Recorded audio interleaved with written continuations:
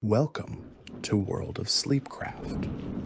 Tonight we journey together through the complete story of The War Within, the 10th expansion of World of Warcraft, and the beginning of the Worldsoul Saga. From the mysterious visions that plague Azeroth's heroes to the depths of the Nerubian Empire, this tale takes us beneath the surface of the world itself. Settle in comfortably, get comfortable, and let this story unfold before you. The world of Azeroth has weathered countless storms, from the Burning Legion's invasions to the machinations of the old gods, from the cataclysm that shattered continents to the rise and fall of the Lich King. Heroes have stood against the darkness time and again. After the events of Dragonflight, where the dragon aspects reclaimed their powers, and the Drakther emerged from their long slumber, a new threat begins to stir, not from the skies above, nor from distant worlds beyond the Great Dark, but from deep within Azeroth itself.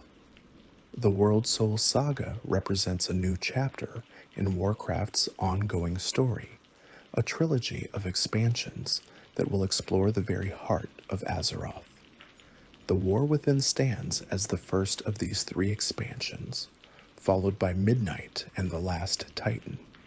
Unlike previous threats that came from external sources, this saga turns inward, focusing on the planet's soul itself and the forces that seek to corrupt or control it. For years, players have heard whispers of Azeroth's world soul, that nascent titan growing within the planet's core. Now finally, that story takes center stage. The signs begin subtly. Across Azeroth, heroes from both the Horde and Alliance experience strange visions. These are not dreams, not illusions crafted by enemies or enchantments gone awry. They feel real, urgent, carrying a weight that cannot be ignored. The visions show glimpses of subterranean realms, of earthen cities carved from living stone, of darkness spreading through underground passages, and of a malevolent presence that threatens everything. These visions reach the most powerful champions of Azeroth, individuals who have proven themselves time and again against impossible odds. Thrall, the former war chief of the Horde, experiences these visions with particular intensity. The shaman, who once wielded the Doomhammer and led his people from slavery to freedom, who has stood against demons and old gods alike, finds himself drawn by forces he cannot fully understand. Jaina Proudmoore, the powerful mage who rules Kul Tiras and has seen more tragedy than most could bear, also receives these visions. Her arcane mastery allows her to sense the magical nature of what she sees, but even she cannot divine their true source or meaning. Anduin Wrynn, the young king of Stormwind, finds himself particularly troubled by these visions. After his experiences under the jailer's domination in Shadowlands, where his will was bent and his body used as a weapon against those he loved, Anduin struggles with trust. The trauma of those events left deep scars, both visible and hidden. Now these new visions plague him, and he cannot be certain whether they represent genuine warnings or some new form of manipulation. The young king walks a difficult path, seeking to reclaim his sense of purpose while questioning everything he perceives. The visions lead these heroes to seek counsel from an unlikely source. Magni Bronzebeard, the former king of Ironforge, underwent a transformation years ago that turned his flesh to diamond. This change made him the speaker for Azeroth herself, able to hear the world's voice and feel its pain. If anyone can make sense of these visions, it would be Magni. The heroes converge, drawn by necessity and the urgency they all feel to consult with the diamond-skinned dwarf who speaks for the planet itself. Magni confirms their fears. The visions are real, and they come from Azeroth herself. The Worldsoul cries out in distress, warning of a threat that emerges from within. For too long, champions have focused on external dangers, on invasions from the Burning Legion or incursions from the Void. They have battled across the surface of the world, ventured into other realms, and even died and traveled to the afterlife itself. But beneath their feet, deep within the planet's crust, a new threat has been growing, and Azeroth needs heroes to delve into her depths. The threat has a name, spoken in whispers and feared by those who know it. Xal'atath, the Harbinger of the Void, has been orchestrating events from the shadows. To understand her threat requires understanding her origin, her journey from artifact to independent entity, and the dark purpose she serves. Xal'atath's story begins in the most ancient days of Azeroth's history, during the time of the Black Empire, when the old gods ruled the world with absolute tyranny. Before the Titans came to bring order to Azeroth, before the mortal races walked the land, the old gods held dominion. Y'Shaarj, C'Thun, Yogg-Saron, and Azoth spread their corruption across the planet, creating the Black Empire, where unspeakable horrors served as their armies. The old gods waged war not only against the Titans' servants, but also against each other, competing for supremacy and engaging in incomprehensible schemes. It was in this era of cosmic horror and absolute darkness that Xal'atath came into being. The exact nature of Xal'atath's origin remains shrouded in mystery, with multiple theories proposed, but none confirmed with absolute certainty. The most prevalent theory suggests that Xal'atath is the remnant of a fifth old god, one consumed by the others during the Black Empire's internal conflicts. The old gods were not allies in any meaningful sense. They cooperated when necessary, but ultimately each sought absolute power. If one old god showed weakness, the others would not hesitate to devour it, absorbing its power and eliminating a competitor. Another theory proposes that Xal'atath represents a claw or fragment of Y'Shaarj, the most powerful of the old gods. When the Titans physically ripped Y'Shaarj from Azeroth's surface, the act created a massive wound that would become the Well of Eternity. Perhaps in that violent removal, a piece of the old god broke away, maintaining sentience and will, but existing in a diminished form. This fragment could have transformed over millennia into the entity known as Xal'atath. Regardless of her true origin, Xal'atath existed for countless ages as a sentient artifact, a blade of dark power infused with void energy and malevolent intelligence. The dagger known as Xal'atath, Blade of the Black Empire, became an artifact of terrible power. Unlike simple weapons, enchanted with magic, this blade possessed true consciousness. It could speak to its wielder, offering knowledge, power, and whispered secrets. But like all things touched by the void, Xal'atath's gifts came with a price, and her ultimate goals served only darkness. The blade passed through many hands over the ages. It surfaced in various conflicts, always finding wielders drawn to power or desperate enough to accept her bargains. Some wielders descended into madness, their minds unable to withstand the void's corruption. Others used the blade's power to great effect before meeting unfortunate ends. Through it all, Xal'atath waited, patient and calculating, gathering knowledge and laying the groundwork for future plans. During the events of World of Warcraft's Legion expansion, Xal'atath became an artifact weapon available to Shadow Priests. The third invasion of the Burning Legion threatened to destroy Azeroth, and champions took up whatever weapons they could find to combat the demonic threat. A Shadow Priest wielded the blade of the Black Empire, using its void powers against the Legion's forces. Throughout this time, Xal'atath spoke to her wielder, offering cryptic comments and observations about the unfolding events. Her commentary during Legion proved both unsettling and intriguing to those who paid attention.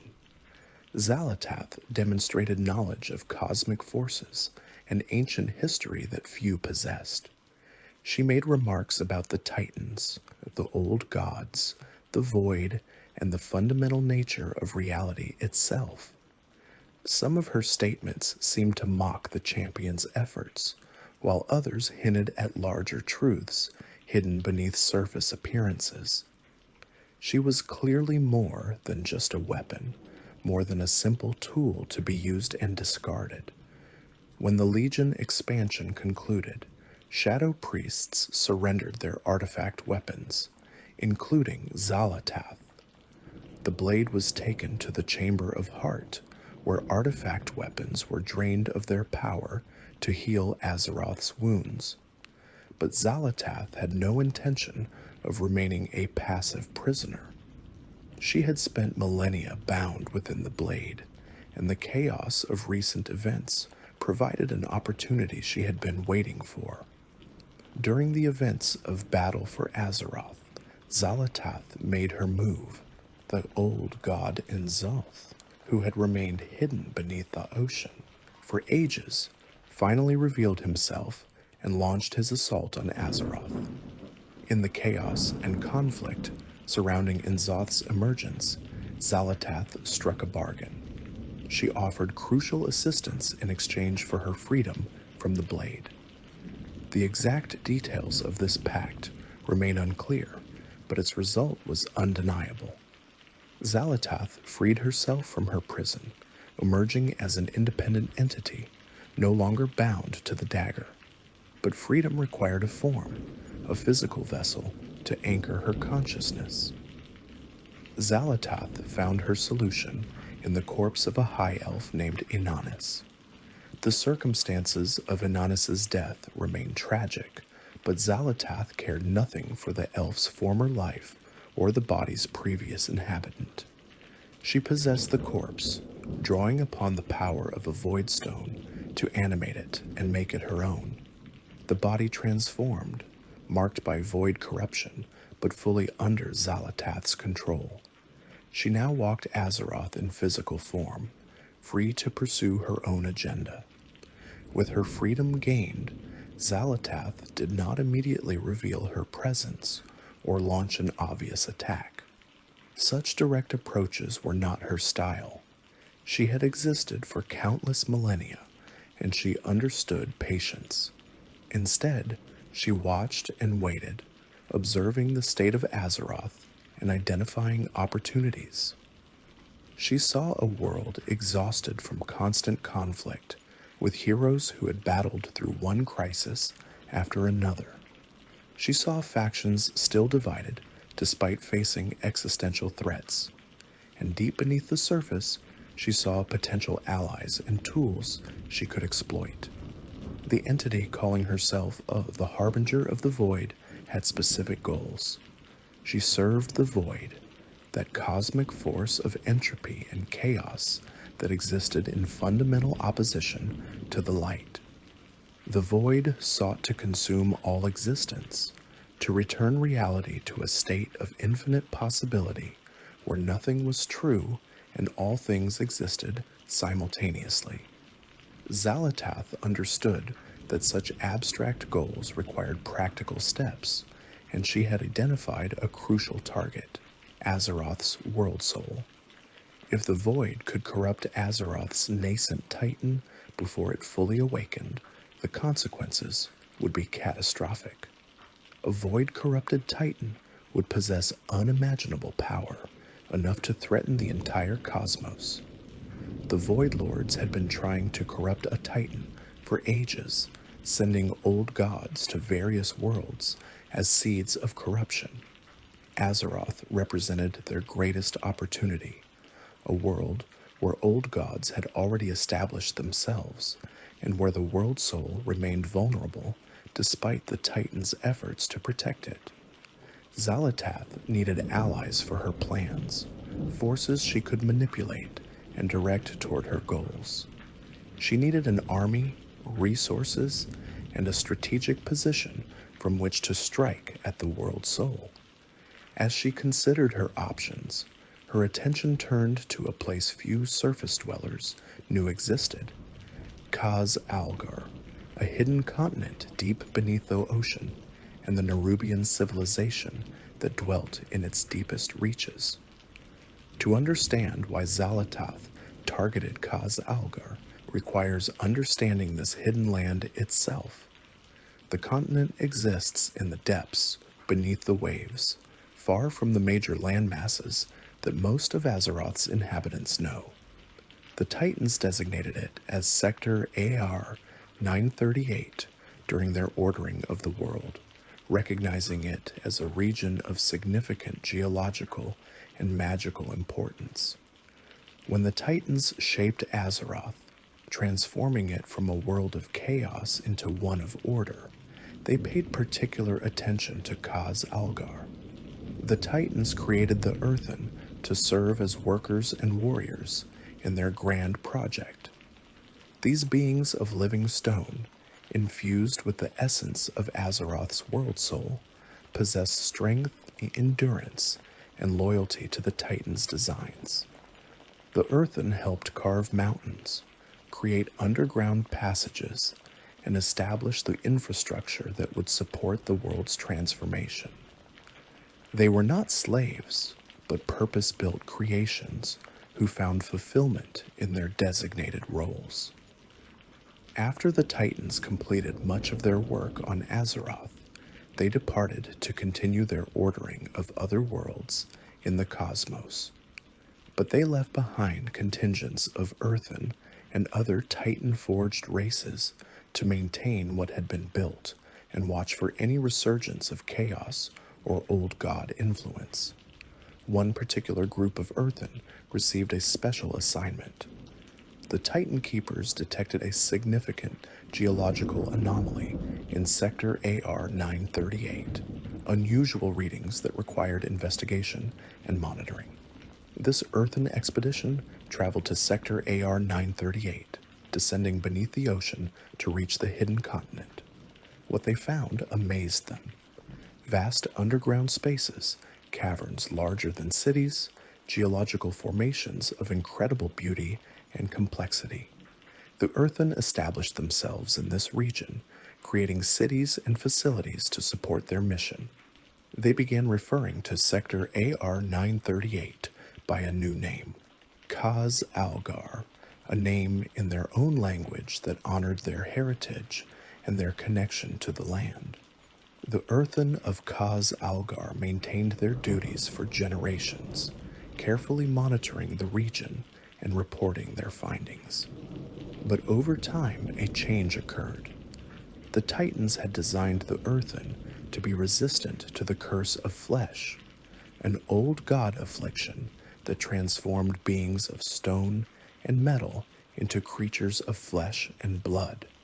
This curse had affected many Titan-forged races on Azeroth's surface, turning them into dwarves, gnomes, and other mortal races. In Khaz Algar, the Earthen remained true to their original forms. They did not succumb to the curse of flesh, maintaining their stone bodies and their direct connection to the world's essence. This isolation and purity made them unique among the Earthen races. While their cousins on the surface had transformed into dwarves and adapted to mortal lives, the Khaz Algar Earthen continued their vigil, unchanging and eternal. The continent of Khaz Algar divides into several distinct regions, each with its own character and significance. The Isle of Dorn represents the uppermost level, the portion of Khaz Algar that actually breaks the ocean's surface. It is a place of surprising beauty, with lush vegetation, cascading waterfalls, and majestic mountains. The air here feels fresh and clean, a stark contrast to the darkness that lurks in the depths below. The Isle of Dorn serves as home to many of Khaz Algar's Earthen population. Here, they built Dornogal, their capital city and a marvel of Earthen architecture. Dornogal combines the precision and durability of Titan construction with artistic elements that reflect the Earthen's own culture and values. The city features grand halls carved from living rock, intricate geometric patterns etched into stone surfaces, and massive structures that have stood for thousands of years without showing signs of decay. Dornogal functions as more than just a city. It serves as the seat of the Council of Dornogal, the governing body that oversees the Earthen communities of Khaz Algar. The council consists of various Earthen leaders, each representing different aspects of their society. Some focus on maintaining the Titan machinery and technology. Others handle defense and security. Still others manage resources and coordinate their ongoing mission.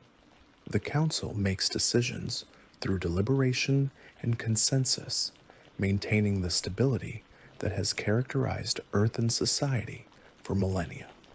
The Earthen of the Isle of Dorn practice various crafts and specializations. Some serve as warriors, training constantly to defend against any threats that might emerge from the depths or arrive from beyond. These Earthen soldiers carry weapons forged from metals found deep within Khaz Algar's caverns, enchanted with protective runes and blessed by their connection to Azeroth itself. They stand ever vigilant, ready to fulfill their duty as the Titan's defenders. Other Earthen focus on more scholarly pursuits.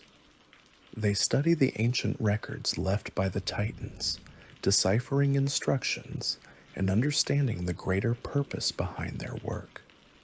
These scholar Earthen maintain vast archives, carefully preserving knowledge that spans thousands of years. They record their own observations and findings, adding to the accumulated wisdom that each generation passes to the next. Still other Earthen work directly with the land itself. They tend to the Isle of Dorn's natural features, ensuring that the delicate balance between the surface environment and the underground regions remains stable. These Earthen understand that Khaz Algar is not just rock and stone, but a living system, part of Azeroth itself. They can sense disruptions and imbalances, responding with adjustments that maintain harmony. Life on the Isle of Dorn follows rhythms established over countless generations. The Earthen do not experience time the way mortal races do. They do not age, do not sicken, do not face the constant pressure of mortality that drives so much mortal behavior. Instead, they exist in a state of timeless purpose, fulfilling their roles with patient dedication. They find satisfaction not in accumulation or conquest, but in the proper execution of their duties and the maintenance of the order the Titans established. Yet despite this timeless existence, the Earthen are not static or unchanging in their thoughts and culture. They develop as individuals, form relationships, experience the equivalent of emotions, even if those feelings manifest differently than in mortal beings. They appreciate beauty, value craftsmanship, and honor those who excel in their appointed tasks. They tell stories of ancient days, preserving oral traditions alongside their written records.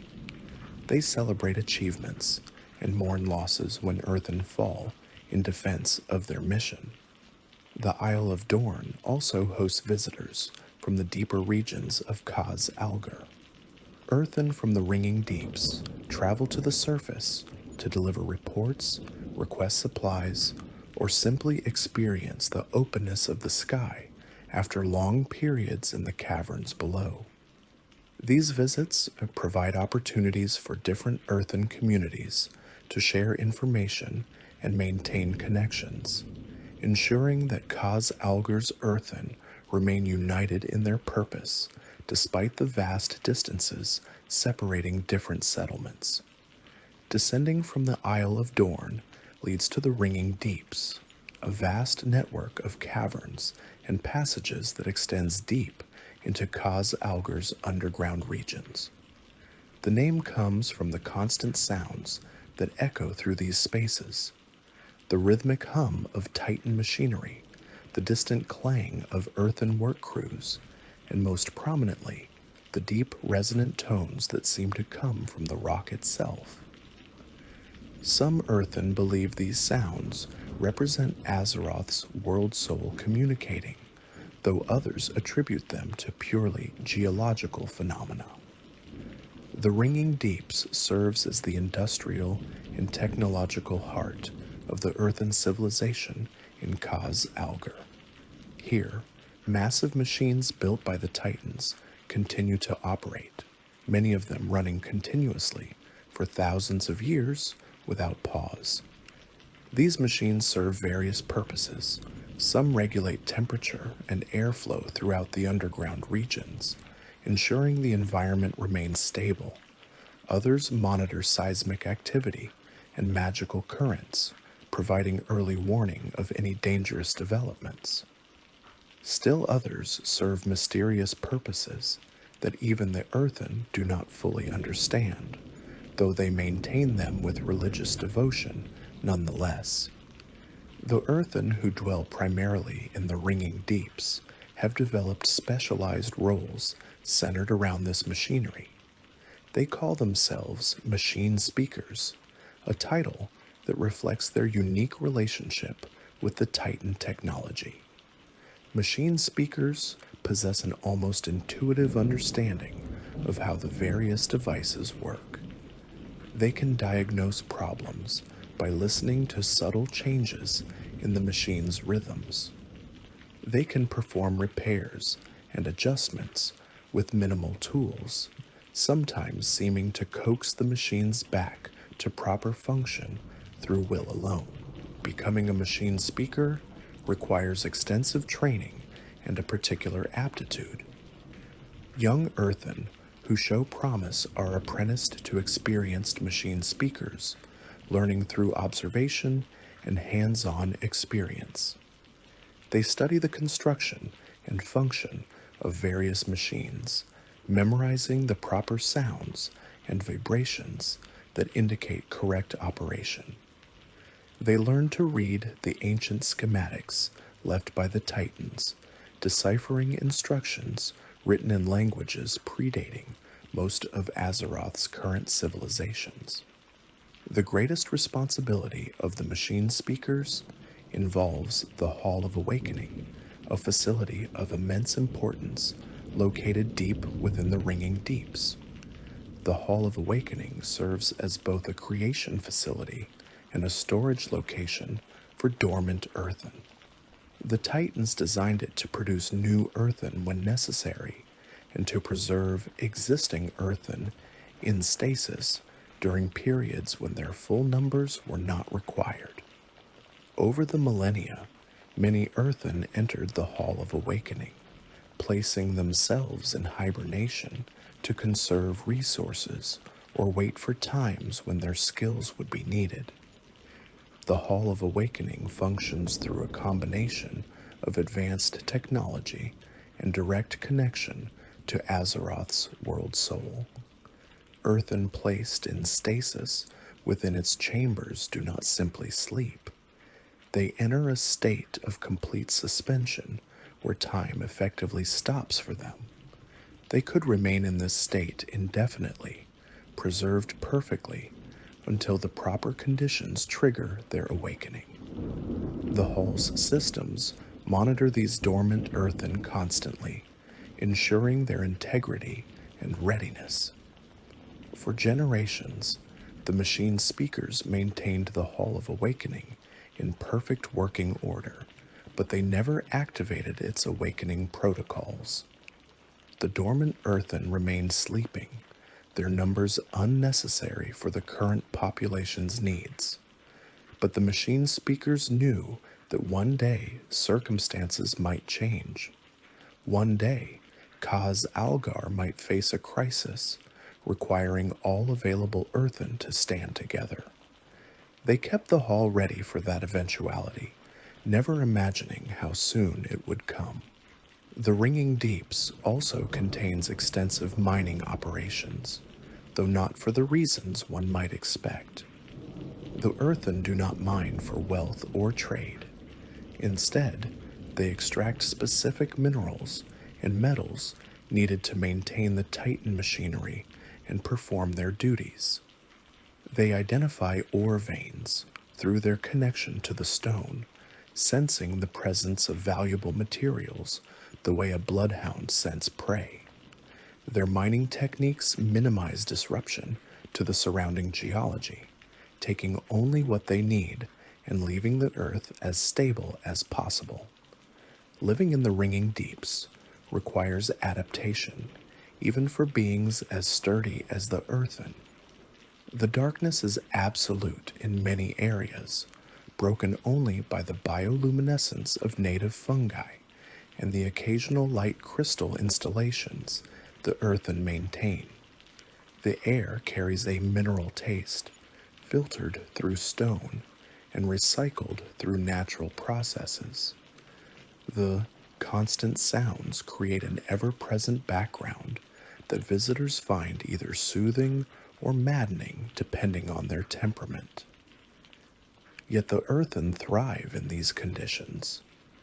The Ringing Deeps feels like home to the machine speakers, a place where their purpose manifests in concrete, tangible ways. They take pride in their work, in keeping the machines running and maintaining the systems their creators left behind.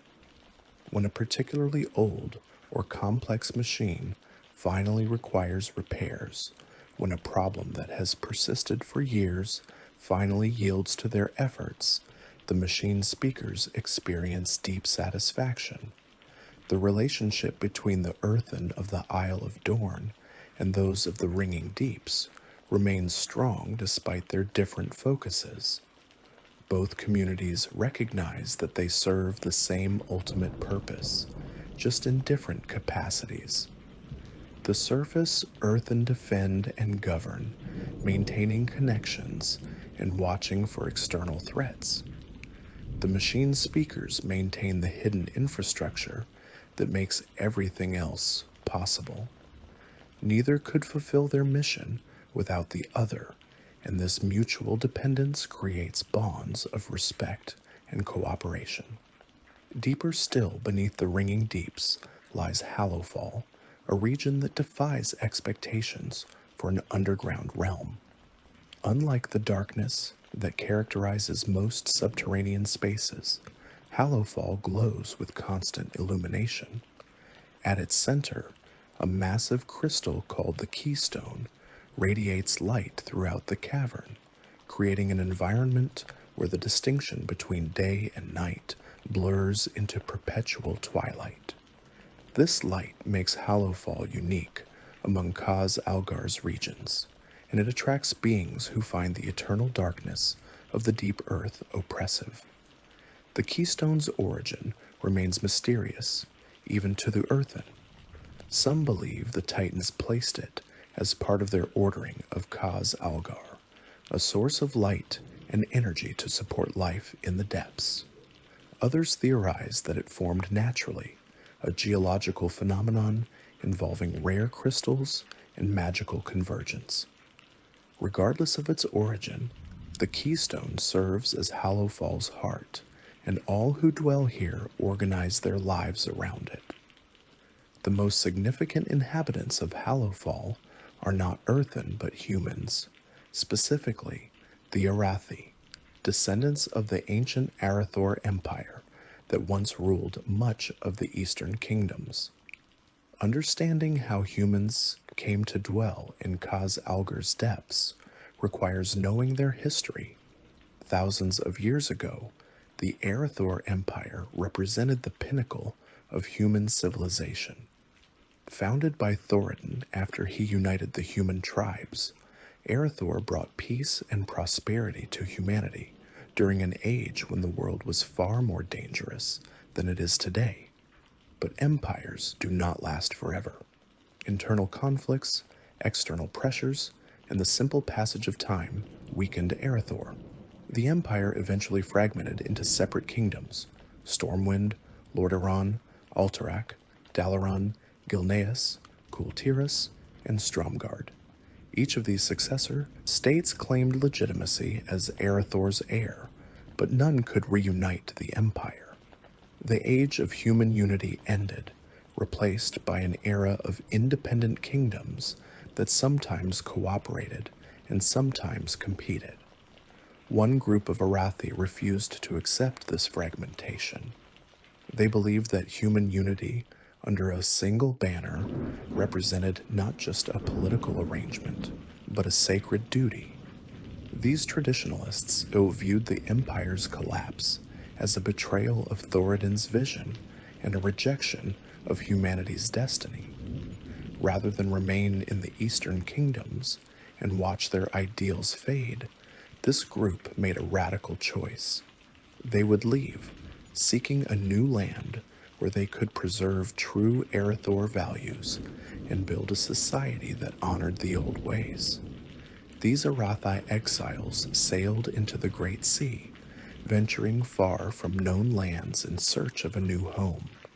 Their journey proved perilous.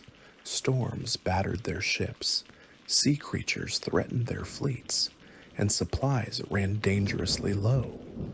Many died during the voyage, and those who survived questioned whether they had made the right choice.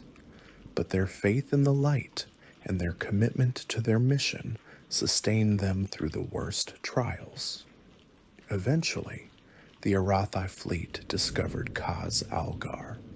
They found passages leading beneath the island, caverns that seemed to welcome them deeper.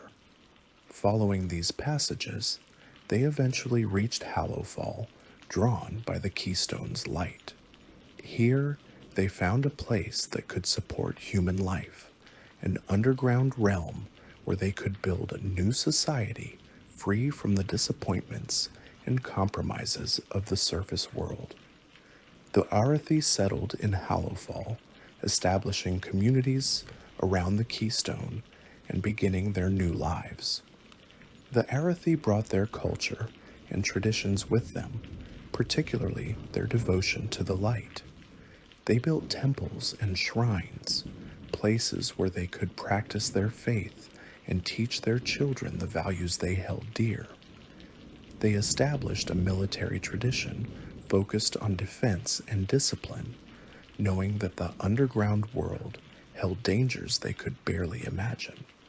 They created farms using the Keystone's light to grow crops, developing agricultural techniques suited to cavern life. Generations passed, and the Arathi of Hallowfall developed their own distinct identity. They remembered their origins and maintained pride in their Arathor heritage, but they also adapted to their new home. They were no longer simply descendants of the Empire. They were the people of Hallowfall, forged by the challenges of subterranean life and united by their successful survival in an alien environment. The Earthen of Khaz Algar watched the Arathi's arrival with cautious interest. These humans were not part of the Titan's plan, not expected or prepared for, yet they posed no immediate threat, and the Earthen saw no reason to expel them violently. Over time, a tentative relationship developed. The Arathi and Earthen did not become close allies, but they established boundaries and maintained respectful distance. Occasionally, they traded, exchanging goods or information when mutual benefit justified the contact. But Hallowfall's peace was not destined to last. The region sits directly above Azj-Kahet, the deepest part of Khaz Algar, and home to a civilization far older and more dangerous than the Arathi, the Nerubians.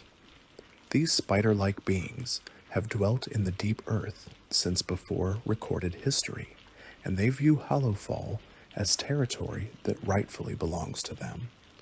The Nerubians see the Arathi as invaders, and they have waged war against them for generations. The conflict between Hallowfall and Azj-Kahet defines much of Arathi life. Every generation of Arathi children grows up knowing that monsters lurk in the darkness below, that tunnels must be guarded constantly, that safety is never guaranteed. The Arathi military, known as the Hallowfall Guard, maintains constant vigilance.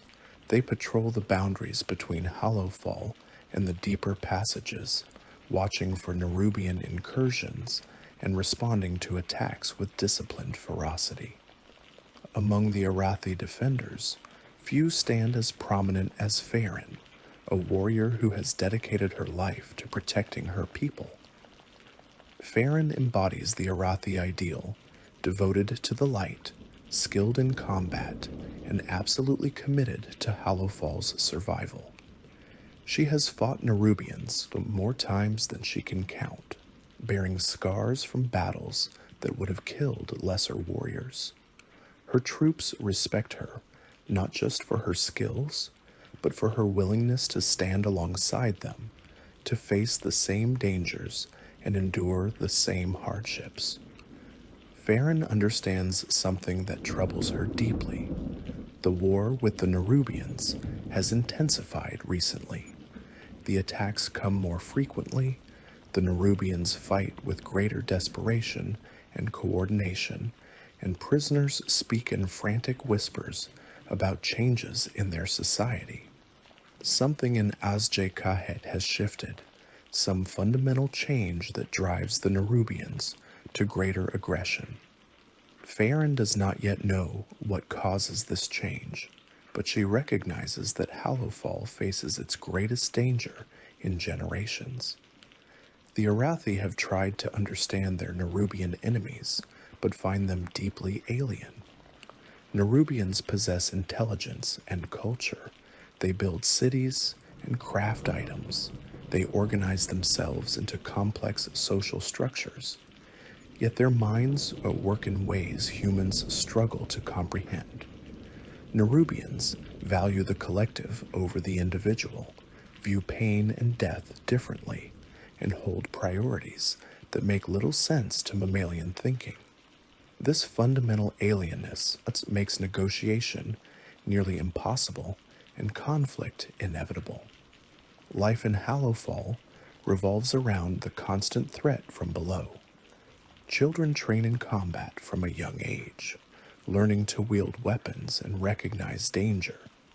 Farmers work their crystal-lit fields with weapons close at hand, ready to defend their crops from raids. Priests of the light maintain a constant vigil, using their powers to heal the wounded and bolster the spirits of those who face death regularly. Every aspect of Arathi society in Hallowfall adapts to the reality of unending war. Yet despite the hardships, the Arathi have built something beautiful in Hallowfall. Their architecture blends human designs with adaptations for cavern life, creating structures that feel both familiar and unique. They have developed music and art that reflects their subterranean existence, songs that echo beautifully through stone chambers, and paintings that capture the otherworldly glow of the keystone. They maintain hope that one day the conflict will end and they can live in true peace. The deepest region of Khaz Algar, the realm called Azj-Kahet, represents everything surface dwellers fear about the underground. Here, in lightless passages and vast caverns carved by ancient forces, dwells the last great kingdom of the Nerubians. To understand what makes Azj-Kahet significant requires understanding Nerubian history and the tragedy that nearly destroyed their entire civilization. The Nerubians are one of Azeroth's oldest intelligent races. They descended from the Aqir, servants of the old gods during the Black Empire's reign. When the Titans ordered Azeroth and imprisoned the old gods, the Aqir Empire shattered. Different Aqir groups fled to various regions, evolving over millennia into distinct races. The Chiraji in Silithus, the Mantid in Pandaria, and the Nerubians in Northrend. The Nerubians who settled in Northrend built an empire beneath the ice, creating the massive kingdom of Azj-Nerub. Their cities featured architectural wonders that rivaled anything on the surface, with complex tunnel networks, enormous chambers held aloft by pillars of stone and ice, and organic designs that reflected the Nerubians' own forms. They developed a sophisticated culture, mastering magic, engineering, and military tactics. At their height, the Nerubians represented one of the most powerful civilizations on Azeroth. But the Nerubians' prosperity ended when the Lich King arrived in Northrend. The undead scourge that the Lich King commanded needed a kingdom to conquer, armies to raise, and resources to fuel their expansion. The Nerubians, despite their power and skill, found themselves facing an enemy that could not be truly defeated. Every Nerubian killed in battle would rise again as an undead servant of the Lich King. The Nerubians' own fallen became weapons turned against them. The War of the Spider lasted for years, with the Nerubians fighting desperately to preserve their civilization.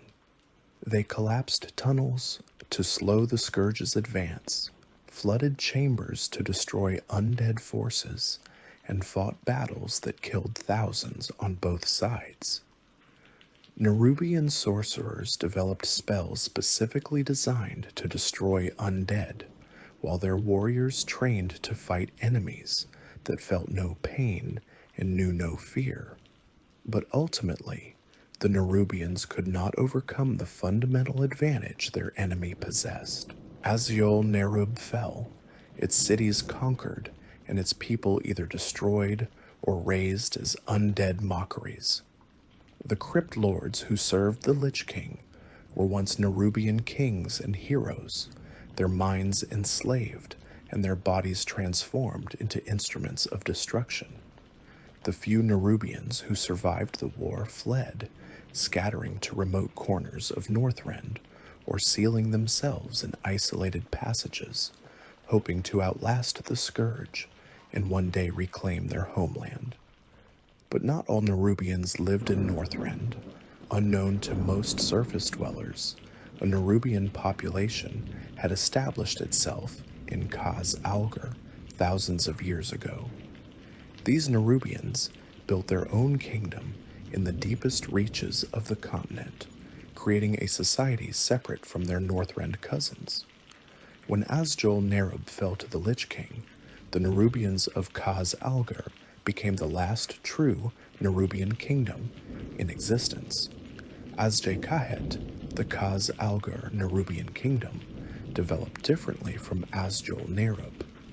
Isolated from surface events and focused on their own priorities, these Nerubians built a civilization that emphasized stability and preservation.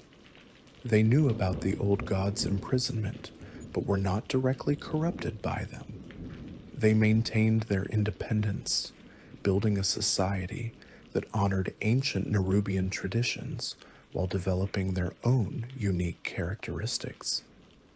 Nerubian society operates on strict hierarchical principles, with different castes performing different roles.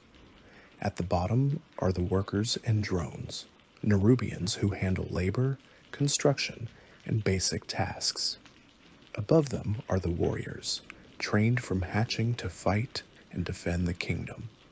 The sorcerers occupy a higher position, using their magical abilities to support the kingdom and research new techniques. The nobles coordinate and govern, managing resources and making decisions. And above all stands the queen, the mother of her people and the ultimate authority in all matters. For generations, Azj-Kahet thrived under the rule of Queen Neferes. She proved to be a wise and capable monarch who understood her people's needs and priorities. Neferes maintained the kingdom's stability through careful governance and measured decisions. She expanded Nerubian holdings when opportunities arose but avoided overextension. She supported the development of new technologies and magical techniques but maintained respect for tradition. Under her rule, Azj-Kahet grew strong and prosperous. But Queen Neferes understood something that troubled her deeply. The Nerubians of Azj-Kahet faced a slow decline. They were the last of their kind, the only remaining Nerubian kingdom after Nerub's fall. They were isolated, trapped in an underground realm with limited resources and no contact with other Nerubian populations. Even if they survived, they were still remnants, echoes of a civilization that once spanned continents.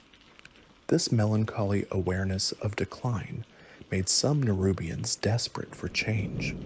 They looked for any opportunity to reverse their fortunes, to restore the Nerubians to their former glory. Among those who felt this desperation most keenly was Neferes's own daughter, Ansurek.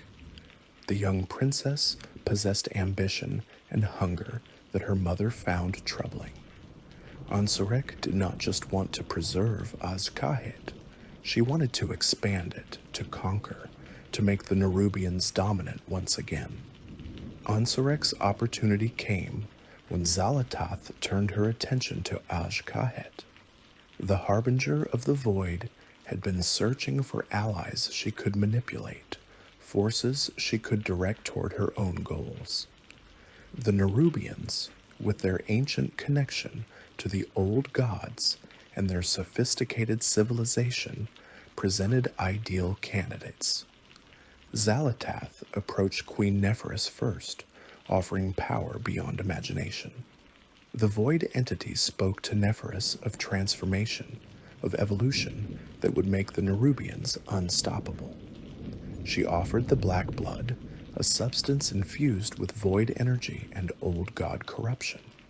Nerubians who received this black blood would undergo metamorphosis, becoming the Ascended, beings of terrible power with abilities far beyond normal Nerubian capabilities.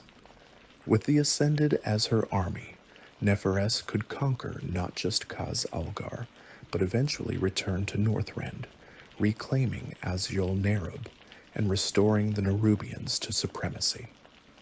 Queen Neferes listened to Xal'atath's offer. She considered the power being presented, weighed the potential benefits against the obvious risks. Neferes had ruled long enough to recognize a devil's bargain when she heard one. The black blood might grant power, but it would corrupt, changing the Nerubians into something fundamentally different. The beings created through this transformation would not truly be Nerubians anymore. They would be void-touched monsters wearing Nerubian shapes. With wisdom earned through centuries of rule, Queen Neferes made her decision. She refused Xal'atath's offer. The queen told the Harbinger that the Nerubians would find their own path, that they did not need the Void's gifts or corruption. They would survive through their own strength and cunning, maintaining their identity even if it meant accepting their limitations. It was a brave decision, one that prioritized integrity over power. But Xal'atath had not revealed herself to only Neferus. The Harbinger had also approached Princess Ansurek privately, making the same offer to the ambitious heir. Where Neferus saw corruption, Ansurek saw opportunity. Where the queen recognized the price as too high, the princess believed the benefits justified any cost. Ansurek did not share her mother's commitment to preserving Nerubian purity. She wanted power, dominance, glory restored to her people, regardless of what they might become in the process. Ansurek accepted Xal'atath's offer, and in doing so, she committed an unforgivable betrayal. The princess arranged a private audience with her mother, speaking of matters of state and future plans. When Neferus's guard was down, when the queen trusted her daughter completely, Ansurek struck. The princess's blade found her mother's heart, and Queen Neferus fell, murdered by her own child. The regicide shocked Azj-Kahet's nobility and populace alike. Ansurek did not admit her crime. Instead, she blamed the Arathi. She claimed that human assassins had infiltrated the palace and killed the queen, that this represented an escalation in the war between Hallowfall and Azj-Kahet. The princess presented evidence she had carefully fabricated, false proof that supported her lies.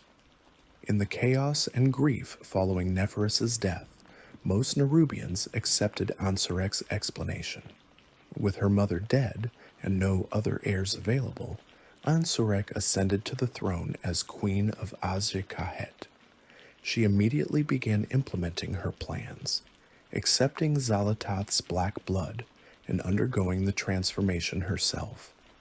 Ansurek became the first of the Ascended, her body changing in disturbing ways as void energy infused every fiber of her being. She grew larger, more powerful, and distinctly alien even to other Nerubians. Where normal Nerubians might inspire fear or revulsion in other races, the Ascended inspired existential horror. Queen Ansurek did not force the black blood on all her subjects. Such an approach would have triggered immediate revolt. Instead, she offered it to volunteers first, presenting transformation as an honor and a path to glory. She selected loyal warriors and ambitious nobles, those who would see the power granted and desire it for themselves. These first Ascended formed the core of Ansurek's new military force, and their capabilities exceeded even Xal'atath's promises. The Ascended possessed strength far beyond normal Nerubians. They could tear through stone with their claws, channel void energy as deadly projectiles, and withstand damage that would kill their unaltered kin. They gained abilities to bend reality in small ways, creating shadows where none should exist, sensing life force through solid barriers, and instilling terror in those who faced them. Each Ascended became a weapon of terrible potency, and Ansurek had an entire army of them. With her new forces, Queen Ansurek launched an aggressive campaign against Hallowfall. The attacks on the Arathi intensified dramatically, with Ascended leading forces of normal Nerubians in coordinated assaults. The Hallowfall Guard found themselves facing enemies that their traditional tactics could barely slow. Farron and the other Arathi defenders fought desperately, holding key positions and preventing complete disaster, but they recognized that they were losing ground. Ansurek justified the escalating war with her lie about Arathi assassins killing Neferus. She told her people that they were avenging their beloved former queen, that the humans must be destroyed for their crimes. Many Nerubians accepted this explanation, channeling their grief into hatred for the surface-dwelling invaders. But not all Nerubians believed Ansurek's story. Some recognized inconsistencies, questioned the evidence, and suspected darker truths. Among the skeptics stood widow Arachni, who had served as royal weaver to Queen Neferes. As royal weaver, Arachni had been one of Neferes's closest advisors, privy to the queen's thoughts and plans. She knew Neferes had been considering how to address Xal'atath's approach, and she knew the queen intended to refuse. When Neferes suddenly died, and Ansurek immediately implemented policies involving void corruption, Arachni grew suspicious. The widow began investigating quietly, speaking to those she trusted, and examining what little evidence remained accessible. She could not prove Ansurek's guilt definitively, but she assembled enough pieces to convince herself that the princess had murdered her mother and seized the throne. Arachni faced a terrible dilemma. If she openly accused the queen without absolute proof, she would be executed as a traitor. But if she remained silent, Azj-Kahet would continue down a path that led to the kingdom's destruction. Arachni chose to act. She began recruiting allies, reaching out to other Nerubians who shared her doubts about Ansurek's rule and the Ascended in transformation. She found support among some of the nobles, warriors who rejected the black blood, and sorcerers who recognized void corruption when they saw it. These dissidents formed a secret organization they called the Severed Threads, a name that reflected their break with Ansurek's vision for Azj-Kahet's future. The Severed Threads operated carefully, knowing that discovery meant death. They sabotaged some of Ansurek's military operations, provided warnings to Hallowfall defenders about upcoming attacks, and worked to protect Nerubians who refused transformation. Their ultimate goal was to somehow separate Ansurek from Xal'atath's influence, to break the queen's connection to the Harbinger and potentially restore sanity to Azj-Kahet's leadership. But the Severed Threads were few in number, operating against an increasingly powerful and paranoid regime. General Anub'azal and Executor Nizrek, two of the most prominent members, understood that their organization alone could not stop Ansurek. They needed external assistance, allies who possessed power to match the Ascended. They needed the surface world champions. While events unfolded in Khaz Algar's depths, heroes on Azeroth's surface continued experiencing visions that grew increasingly urgent.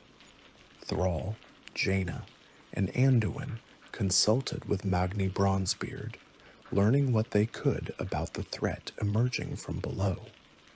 The Speaker of Azeroth revealed what the World Soul communicated. Darkness spreads beneath the earth, a corruption that threatens to reach the world's heart. Champions must ascend into Khaz Algar, confront the forces of shadow, and prevent catastrophe. The heroes prepared for their journey with appropriate gravity.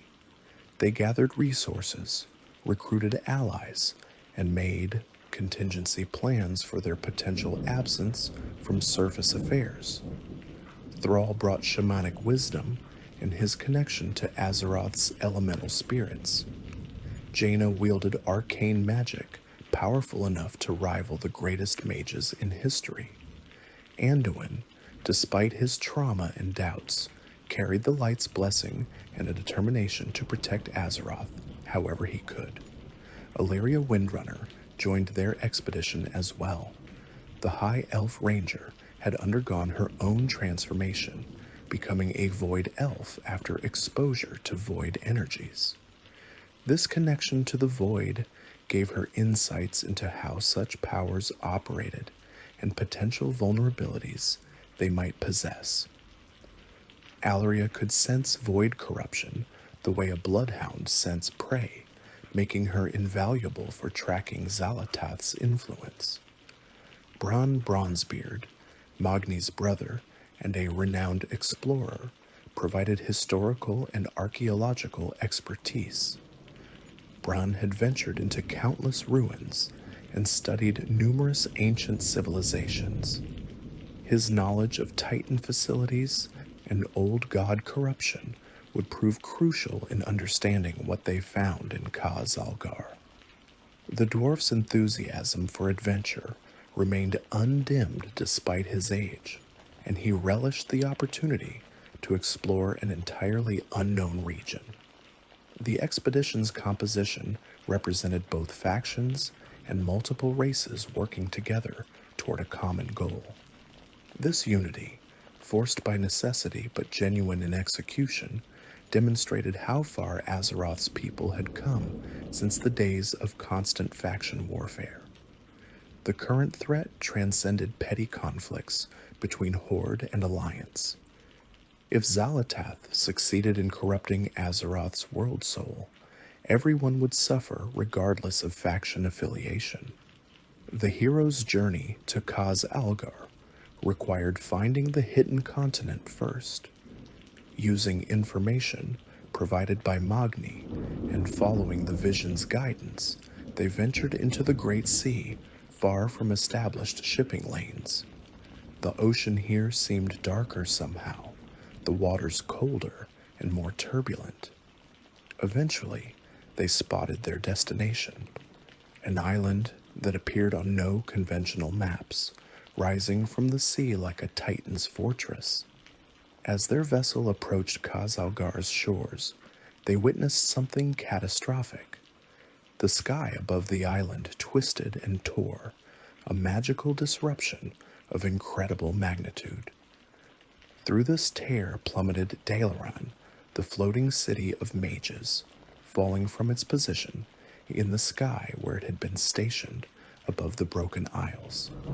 The city of violet towers and arcane wonders, home to the Kirin Tor and symbol of magical achievement, crashed into Khaz Algar with world-shaking force. The fall of Dalaran represented a disaster of monumental proportions. Thousands of mages, researchers, civilians, and visitors to the city found themselves in mortal danger as their home plunged toward the ground. Defensive wards and desperate spellcasting provided some protection, but nothing could fully shield against such an impact. When Dalaran struck the Isle of Dorn, the collision created a crater, shattered buildings, and caused devastation that would take years to fully assess. Among those caught in Dalaran's fall was Khadgar, the Archmage of the Kirin Tor and one of Azeroth's most powerful mages. Khadgar had lived for centuries, having been aged prematurely during his service to Medivh. He had guided heroes through multiple crises, from the opening of the Dark Portal to the defeat of the Burning Legion. His wisdom, power, and calm demeanor made him a pillar that many relied upon. Now, as Dalaran fell, Khadgar made a terrible choice. The Archmage could not prevent the fall. Whatever force pulled Dalaran from the sky exceeded even his considerable power to counter, but he could attempt to mitigate the impact, to shield the innocent civilians who had no ability to protect themselves. Khadgar channeled every ounce of power he possessed into a massive protective spell, wrapping Dalaran in arcane energy that would soften the crash. The effort required more strength than any single mage could safely expend. As Dalaran impacted the Isle of Dorn, Khadgar's spell activated, spreading across the city like a cocoon. The protective magic absorbed some of the collision's force, reducing damage and saving countless lives. But the effort consumed Khadgar himself. The Archmage burned out, his body unable to withstand the strain of channeling so much power. In the aftermath of the crash, Survivors searched desperately for Khadgar, but found no trace of him. He had vanished, either destroyed by his own spell or transported elsewhere by forces unknown. Khadgar's disappearance cast a shadow over the heroes' arrival in Khaz Algar. They had come to prevent catastrophe, but disaster had already struck before they even reached the continent. The Earthen of Dornogal mobilized immediately to assist with Dalaran's crash survivors, demonstrating organizational efficiency and compassion that impressed the surface worlders. Earthen medical teams moved through the wreckage, using their stone sense to detect life signs buried under rubble. They pulled survivors from collapsed buildings with strength that made rescue work possible in situations where human rescuers would have struggled. They provided medical care and shelter to thousands of displaced mages and civilians, converting portions of Dornogal into temporary refugee housing. The Council of Dornogal opened their city to the refugees without hesitation, demonstrating the Earthen's fundamental decency despite these unexpected visitors arriving under such dire circumstances. The Earthen had no obligation to help surface dwellers who crashed into their territory. They could have viewed Dalaran's survivors as invaders or problems to be expelled. Instead, they extended hospitality and aid, treating the injured with the same care they would provide to their own people, and sharing resources despite uncertainty about how long the refugees might need support. The champions split their efforts. Some worked to help Dalaran's survivors, using their abilities to rescue trapped civilians and provide healing to the injured. Others began investigating what caused the city's fall, seeking to understand whether this represented another of Xal'atath's attacks. Jaina Proudmoore, who had called Dalaran home during her youth and maintained deep connections to the city, felt the disaster particularly acutely. She threw herself into rescue efforts with fierce determination, refusing to rest while anyone might still be saved. As order slowly emerged from chaos, the heroes learned disturbing information from the Earthen. The Council of Dornogal revealed that they had detected unusual activities in Khaz Algar's depths for some time. The Nerubians of Azj-Kahet had become more aggressive, their attacks on Hallowfall intensifying dramatically. Strange energies emanated from the deepest passages, void corruption that the Earthen recognized as profoundly dangerous. The Council had been preparing to investigate these developments when the surface worlders arrived. The timing of Dalaran's fall seemed too convenient to be coincidental. Xal'atath likely orchestrated it, using her powers or her servants to attack the city and bring it crashing down. The assault served multiple purposes. It removed a significant concentration of magical power and knowledge that might oppose her plans. It sowed chaos and distracted potential heroes at a crucial moment. And it demonstrated her growing strength, showing that she could strike at will against even the most protected targets. With Dalaran's immediate crisis addressed and survivors temporarily sheltered, the heroes turned their attention to their original mission. They needed to understand the full scope of Xal'atath's plans, locate the Harbinger herself if possible, and find some way to stop her before she corrupted Azeroth's Worldsoul. This mission would require descending through Khaz Algar's regions, forming alliances with local populations, and ultimately confronting Queen Ansurek and her ascended forces in the depths of Azj-Kahet. The Council of Dornogal provided what assistance they could. They shared maps of Khaz Algar's tunnel networks, offered supplies and equipment suited for underground exploration, and assigned Earthen guides to help navigate the more dangerous regions. Some Earthen warriors volunteered to join the expedition, adding their strength and knowledge to the champions' forces. The cooperation between surface worlders and Earthen began forming bonds that would prove crucial in the trials ahead. Thrall took the lead in diplomatic efforts, using his natural charisma and genuine respect for other cultures to forge connections with the Earthen.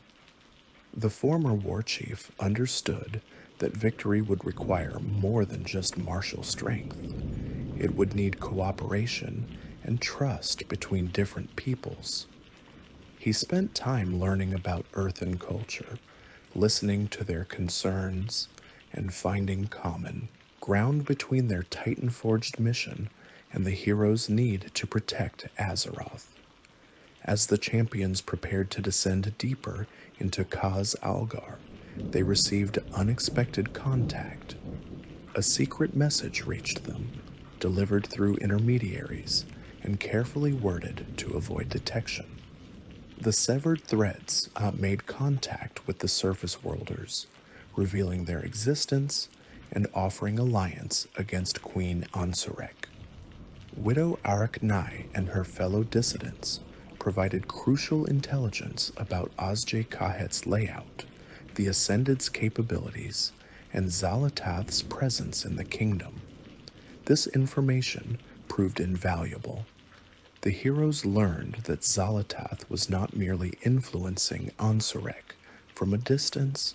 The Harbinger had established herself within Azj-Kahet, directly coordinating the corruption of Nerubians and gathering resources for whatever grand plan she pursued. The black blood transformation that created the Ascended drew from pools of old god corruption deep beneath Azj-Kahet, ancient reservoirs left over from the Black Empire's reign. Xal'atath was essentially weaponizing that ancient evil, turning it into an army that served her purposes. The heroes also learned that time was running out. Xal'atath had nearly completed preparations for a ritual of immense power, one that would somehow pierce through the layers of stone and magic, protecting Azeroth's world soul, and allow void corruption to reach it directly. If this ritual succeeded, the consequences would be catastrophic. A void-corrupted world soul might destroy Azeroth from within, or it might transform into a dark titan that would threaten the entire cosmos. Either outcome could not be allowed. The champions divided into groups to address multiple objectives simultaneously. Some traveled to the Ringing Deeps to work with the machine speakers and activate the Hall of Awakening, bringing forth the dormant Earthen who could reinforce Khaz Algar's defenses. Others ventured to Hallowfall to coordinate with Farron and the Arathi defenders, preparing them for a final push against the Nerubian forces. And a strike team prepared to descend directly into Azj-Kahet, seeking to disrupt Xal'atath's plans before she could complete her ritual. In the Ringing Deeps, Brown Bronzebeard proved invaluable, his decades of archaeological experience finally culminating in perhaps his greatest discovery. His understanding of Titan technology and his natural affinity for ancient machinery helped him communicate effectively with the machine speakers. The dwarf spent hours studying the Hall of Awakening's inscriptions and mechanisms, cross-referencing what he observed with knowledge gained from exploring other Titan facilities across Azeroth. He recognized patterns and principles that the machine speakers, despite their centuries of maintenance work, had not fully understood. Together with the machine speakers, they analyzed the Hall of Awakening's systems and determined the proper sequence to safely activate the dormant Earthen. The process required careful precision and meticulous attention to detail. Awakening the Earthen too quickly or improperly could result in catastrophic system failures or even permanent damage to the sleeping Titan forged.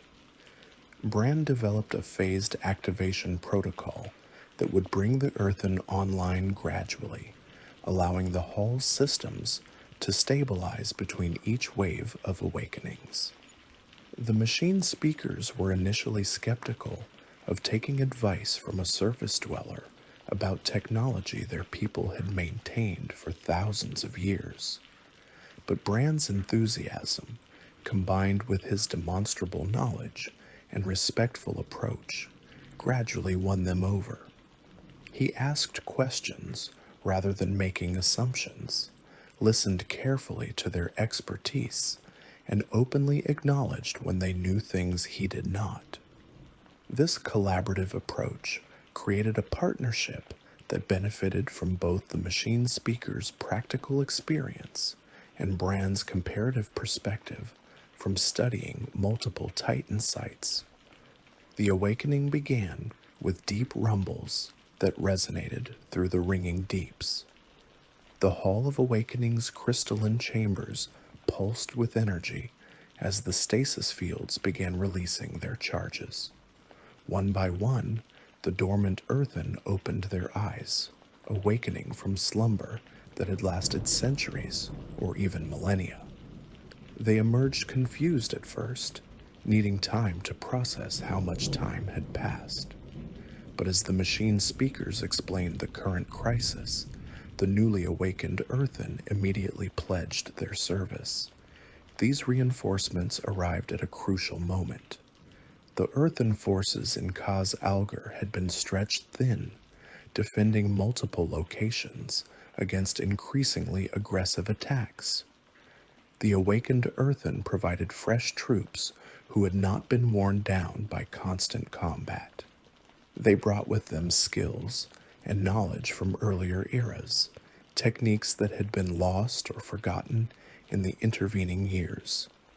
Their arrival bolstered not just military strength, but also morale, demonstrating that Khaz Algar's people would stand united against the darkness.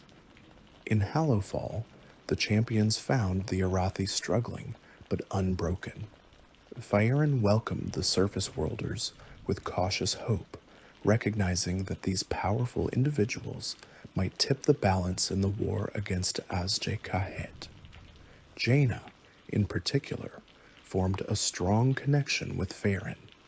Both women had experienced tragedy and loss, both carried the weight of leadership and the knowledge that their decisions determined whether others lived or died. They shared their experiences and found strength in their mutual understanding.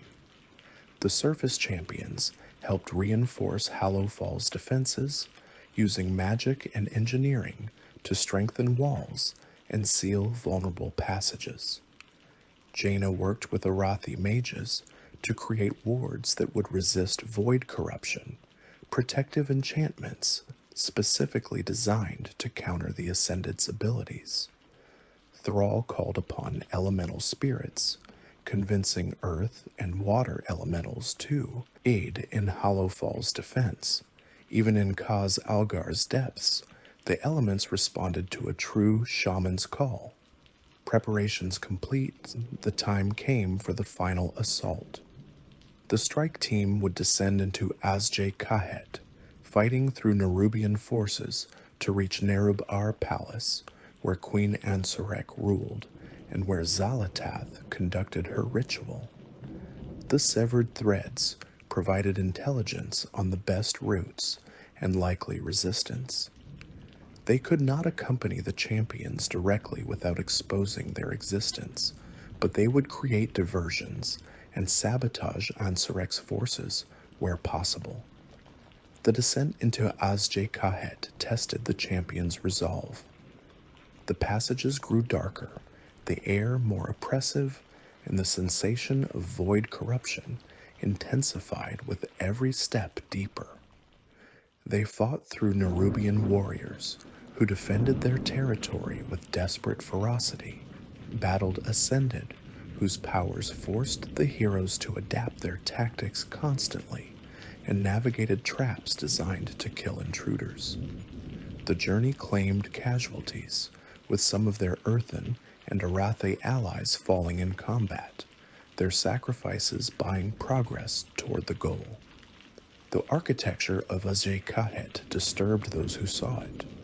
Nerubian construction follows organic principles, creating spaces that seem grown rather than built. Passages twist and curve like tunnels burrowed by massive insects. Chambers feature walls that pulse with strange bioluminescence, and the overall aesthetic feels fundamentally alien to surface sensibilities.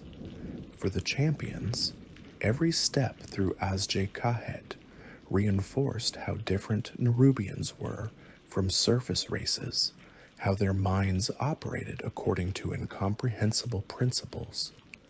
The strike team faced 8 major obstacles on their path to Queen Ansurek, each representing a significant challenge that tested different aspects of their abilities. These encounters would become known as the Battles of Nerub-ar Palace, legendary conflicts that would be remembered and studied for generations. The first obstacle came in the form of Ulgrax the Devourer, a massive creature that Ansurek had unleashed to guard the outer approaches to her palace. Ulgrax represented what happened when Ascended a transformation was pushed beyond normal limits, creating something that barely resembled a nerubian anymore. The transformation had continued far past the point where most nerubians would have died or gone completely insane. Ulgrax had neither died nor retained sanity. Instead, it existed in a state of eternal hunger, driven by nothing but the need to consume and grow. The creature filled an entire chamber, its bloated form pulsing with void energy that leaked from cracks in its corrupted exoskeleton. Where normal Nerubians had 8 legs, Ulgrax had sprouted dozens of appendages, each one ending in grasping claws or serrated mandibles. Its eyes, once the focused organs of a thinking being, had multiplied across its body like pustules, each one glowing with sickly purple light. When it moved, the sound was horrific, like tearing meat and cracking bone combined into one nauseating symphony. Ulgrax attacked the champions with mindless ferocity the moment they entered its domain. Massive tentacles lashed out, each strike powerful enough to shatter stone. The creature vomited streams of corrupted ichor that ate through metal and melted flesh where it touched. Pools of the substance spread across the chamber floor, forcing the champions to constantly reposition to avoid the expanding zones of corruption. Anyone who stepped in the ichor found their boots dissolving, their skin burning, their strength sapping away with alarming speed.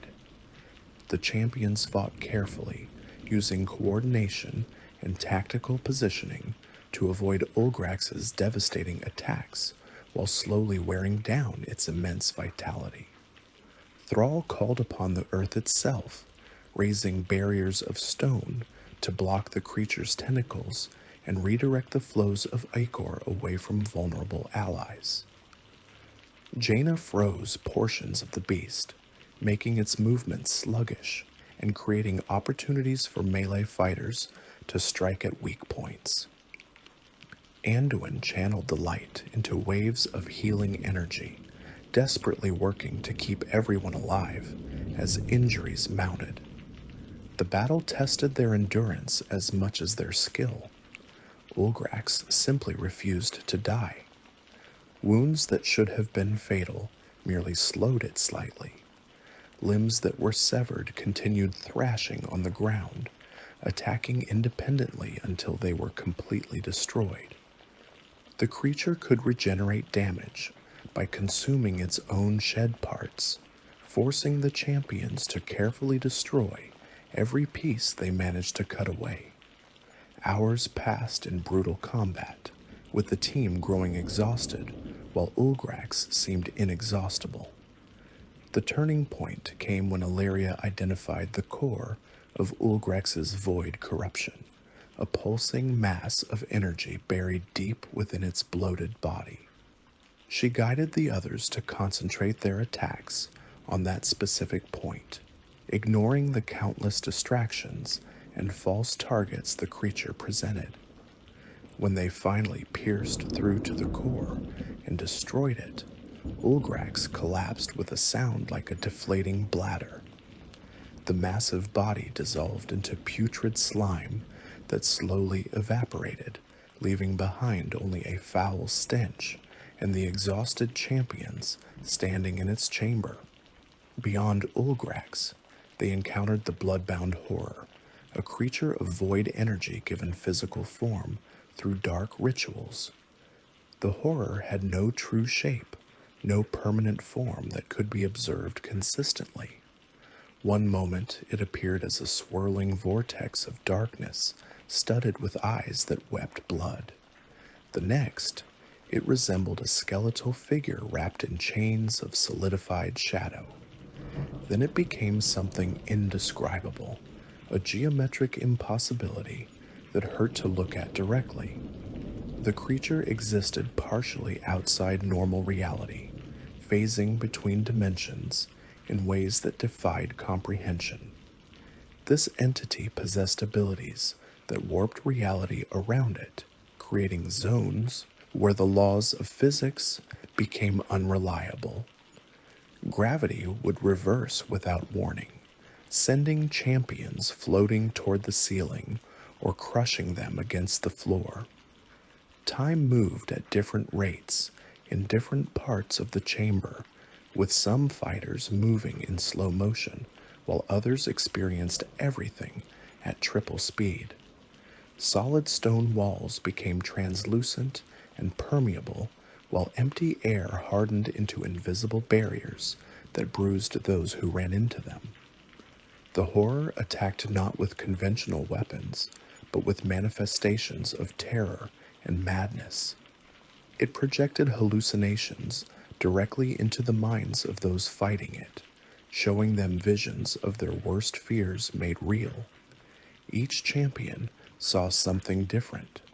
Some saw their loved ones dying in horrible ways. Others witnessed the destruction of everything they had ever fought to protect. A few saw themselves transforming into monsters, losing their humanity and becoming the very things they battled against. Resisting these visions required immense willpower and absolute certainty in what was real versus what the horror fabricated. Fighting the horror required the champions to maintain absolute focus, to anchor themselves to reality, even as their senses reported impossible observations. Alleria's void knowledge proved crucial here, as she understood how to resist such corruption and guided her allies through the battle. She taught them techniques for grounding themselves, mental exercises that helped distinguish truth from illusion. When the horror tried to show her visions of corruption consuming her completely, she recognized the patterns and rejected them, calling out warnings to help her companions do the same. The battle against the bloodbound horror felt less like combat and more like a test of psychological endurance. Physical wounds healed or could be treated, but the mental strain of fighting something that attacked reality itself left scars that would take far longer to fade. When they finally destroyed the horror, it didn't die so much as unravel, the dark energies holding it together dissipating back into the void. The chamber returned to normal, but the champions who had fought there would carry memories of what they had experienced for the rest of their lives. Siegfried, captain of the Soreki, represented the Nerubian military at its finest. Unlike the monstrous Ulgrax or the reality-warping horror, Siegfried retained his intelligence and tactical brilliance even after undergoing ascended transformation. This made him far more dangerous than creatures of greater raw power. Siegfried understood strategy, anticipated enemy movements, and adjusted his tactics based on what his opponents did. He was not a mindless monster to be overcome, but a skilled commander who had been fighting battles since before most of the champions had been born. This warrior had undergone ascended transformation but retained full control of his faculties, combining void-enhanced abilities with centuries of tactical expertise. Siegfried commanded elite troops who coordinated their attacks with precision, forcing the champions to face organized resistance rather than individual powerful enemies. His soldiers moved in perfect formation, covering each other's weaknesses and creating overlapping fields of fire that made approaching them nearly impossible. They executed complex maneuvers without needing verbal orders, responding to subtle gestures from their captain with practiced efficiency. Siegfried himself fought with 4 weapons simultaneously, his enhanced form allowing him to wield blades in each of his primary arms while casting void magic with his secondary limbs. He moved with fluid grace despite his armored exoskeleton, dodging attacks that should have struck true and countering with strikes too fast for normal eyes to follow. When opponents focused on him, his troops would exploit the opening.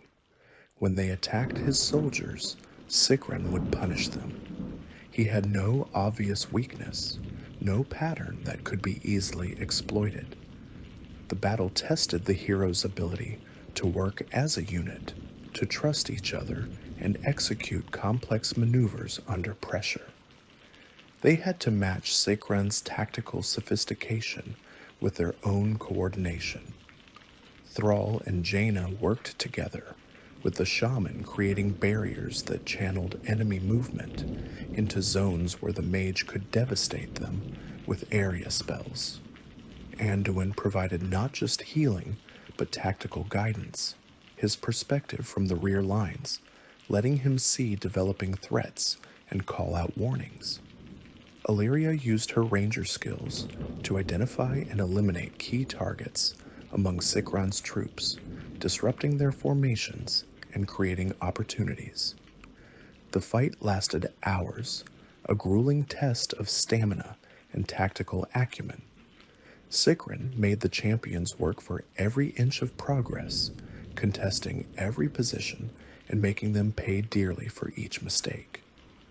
When he finally fell, it was not because the champions had found some trick or exploit, but because they had simply outfought him through superior teamwork and determination. As Siegfried collapsed, dying from his wounds, he spoke his final words with something approaching respect.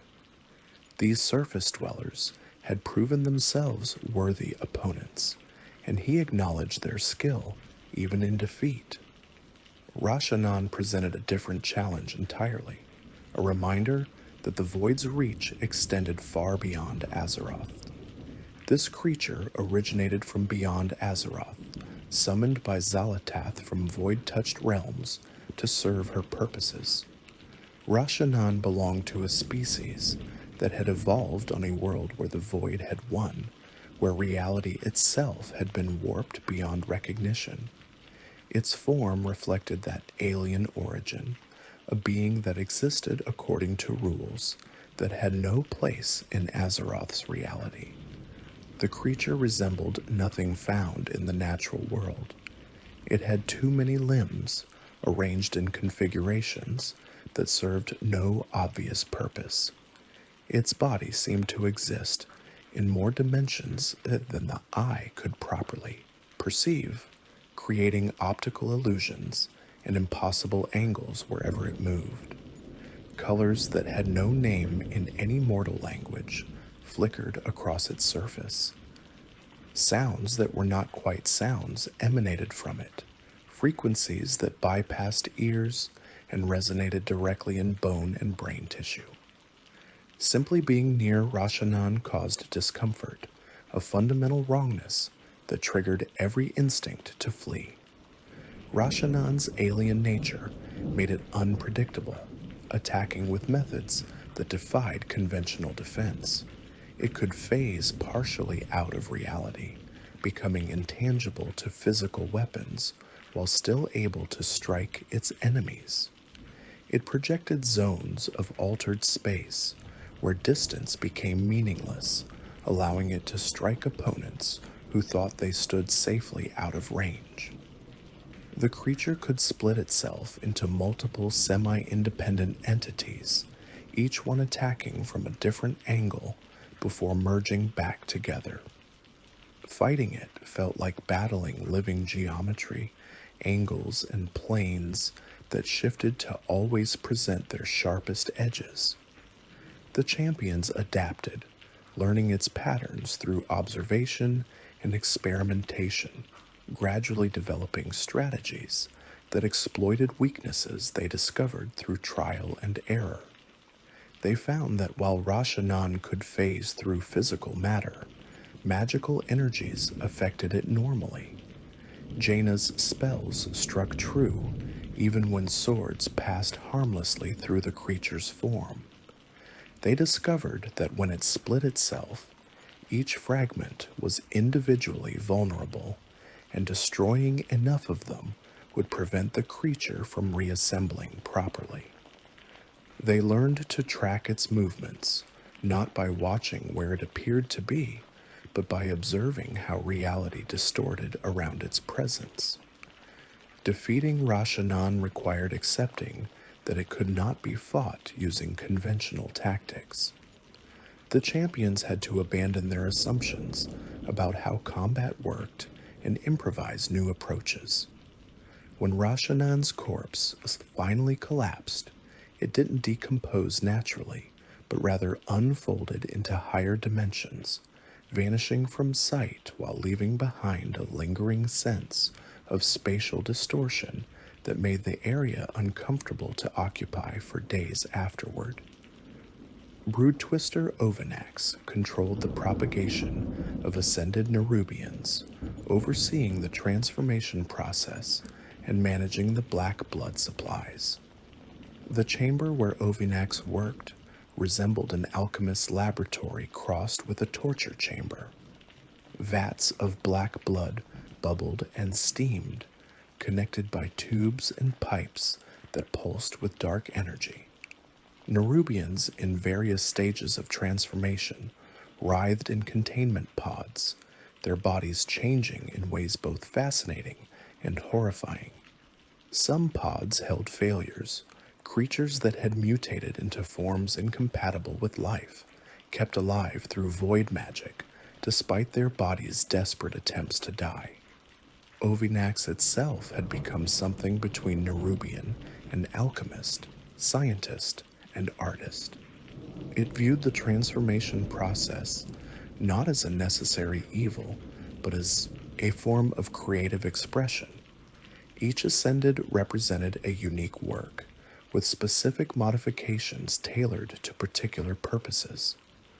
Ovinax took pride in its creations, speaking to them as a parent might speak to children, encouraging them as their bodies twisted and reformed. The Broodtwister saw beauty in what it created, finding aesthetic value in combinations of chitin and void energy that others found repulsive. Defeating Ovinax required destroying the alchemical equipment and ritual components that facilitated the transformations. The battle combined combat against the Broodtwister itself with efforts to sabotage the facilities, requiring the champions to divide their attention and resources effectively. Ovinax defended its workshop ferociously, summoning partially transformed nerubians from the containment pods to serve as disposable soldiers. These incomplete creations attacked with suicidal abandon, buying time for Ovinax to complete emergency transformations that would produce more viable defenders. The champions split into groups. Some engaged Ovinax directly, keeping it occupied while preventing it from using its most dangerous abilities. Others moved through the workshop, systematically destroying equipment, rupturing containment pods to release the black blood they held, and dismantling the ritual circles that channeled void energy. Ovinax shrieked in rage and anguish as its life's work burned and shattered around it. The Brood Twister fought with increasing desperation, using techniques that endangered itself in attempts to stop the destruction. When the last vat exploded and the final ritual circle was broken, Ovinax collapsed in defeat, not from physical wounds, though it had sustained many, but from the psychological devastation of watching everything it had built being destroyed. The Brood Twister's final moments were spent not fighting, but weeping, mourning the loss of creations it would never complete, and transformations it would never perfect. The champions felt an uncomfortable mixture of satisfaction and pity as they left Ovinax's ruined workshop behind.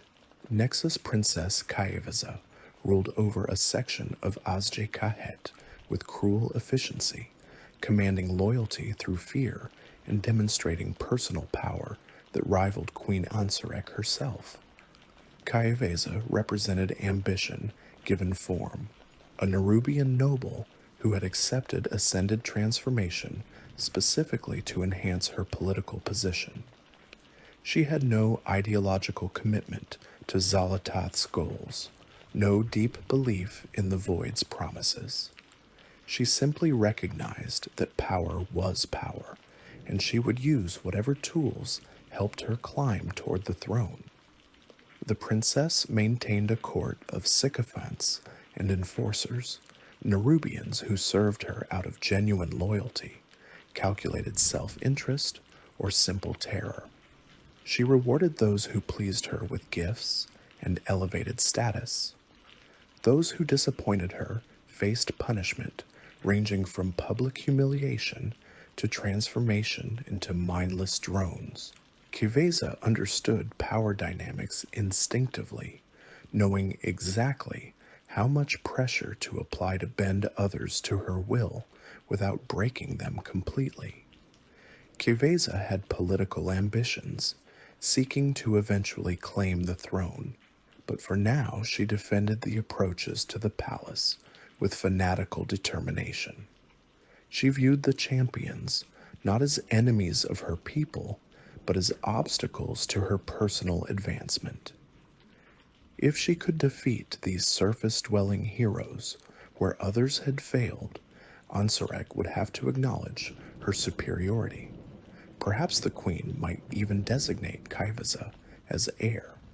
At minimum, such a victory would cement her position as the second most powerful Nerubian in Azj-Kahet. Fighting Kaivaza meant facing someone who understood void corruption at a deep level and could manipulate it with artistic precision. Where others wielded void energy crudely, smashing opponents with overwhelming force, Kaivaza used it with surgical precision. She could create void constructs that mimicked her appearance and fighting style, forcing champions to identify the real princess among multiple indistinguishable copies.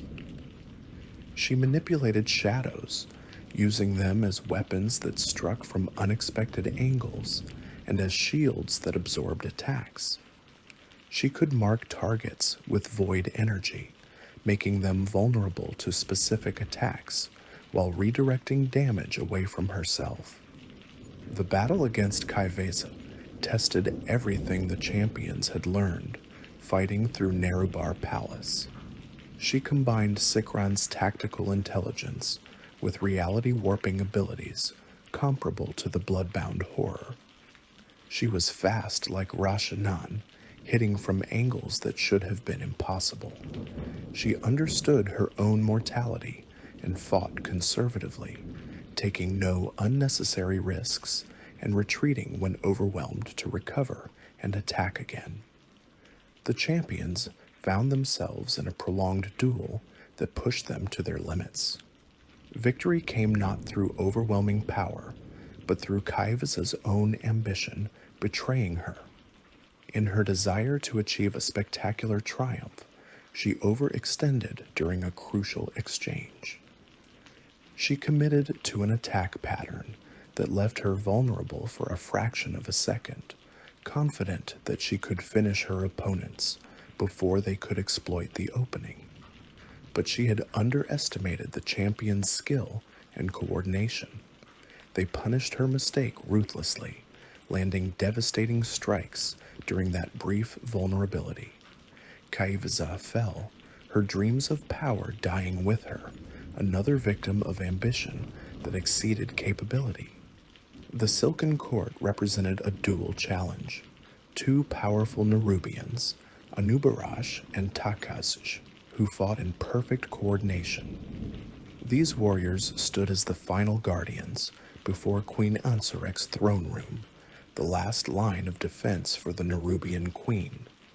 They had trained together for decades, developing combination attacks and complementary abilities that made them far more dangerous together than separately.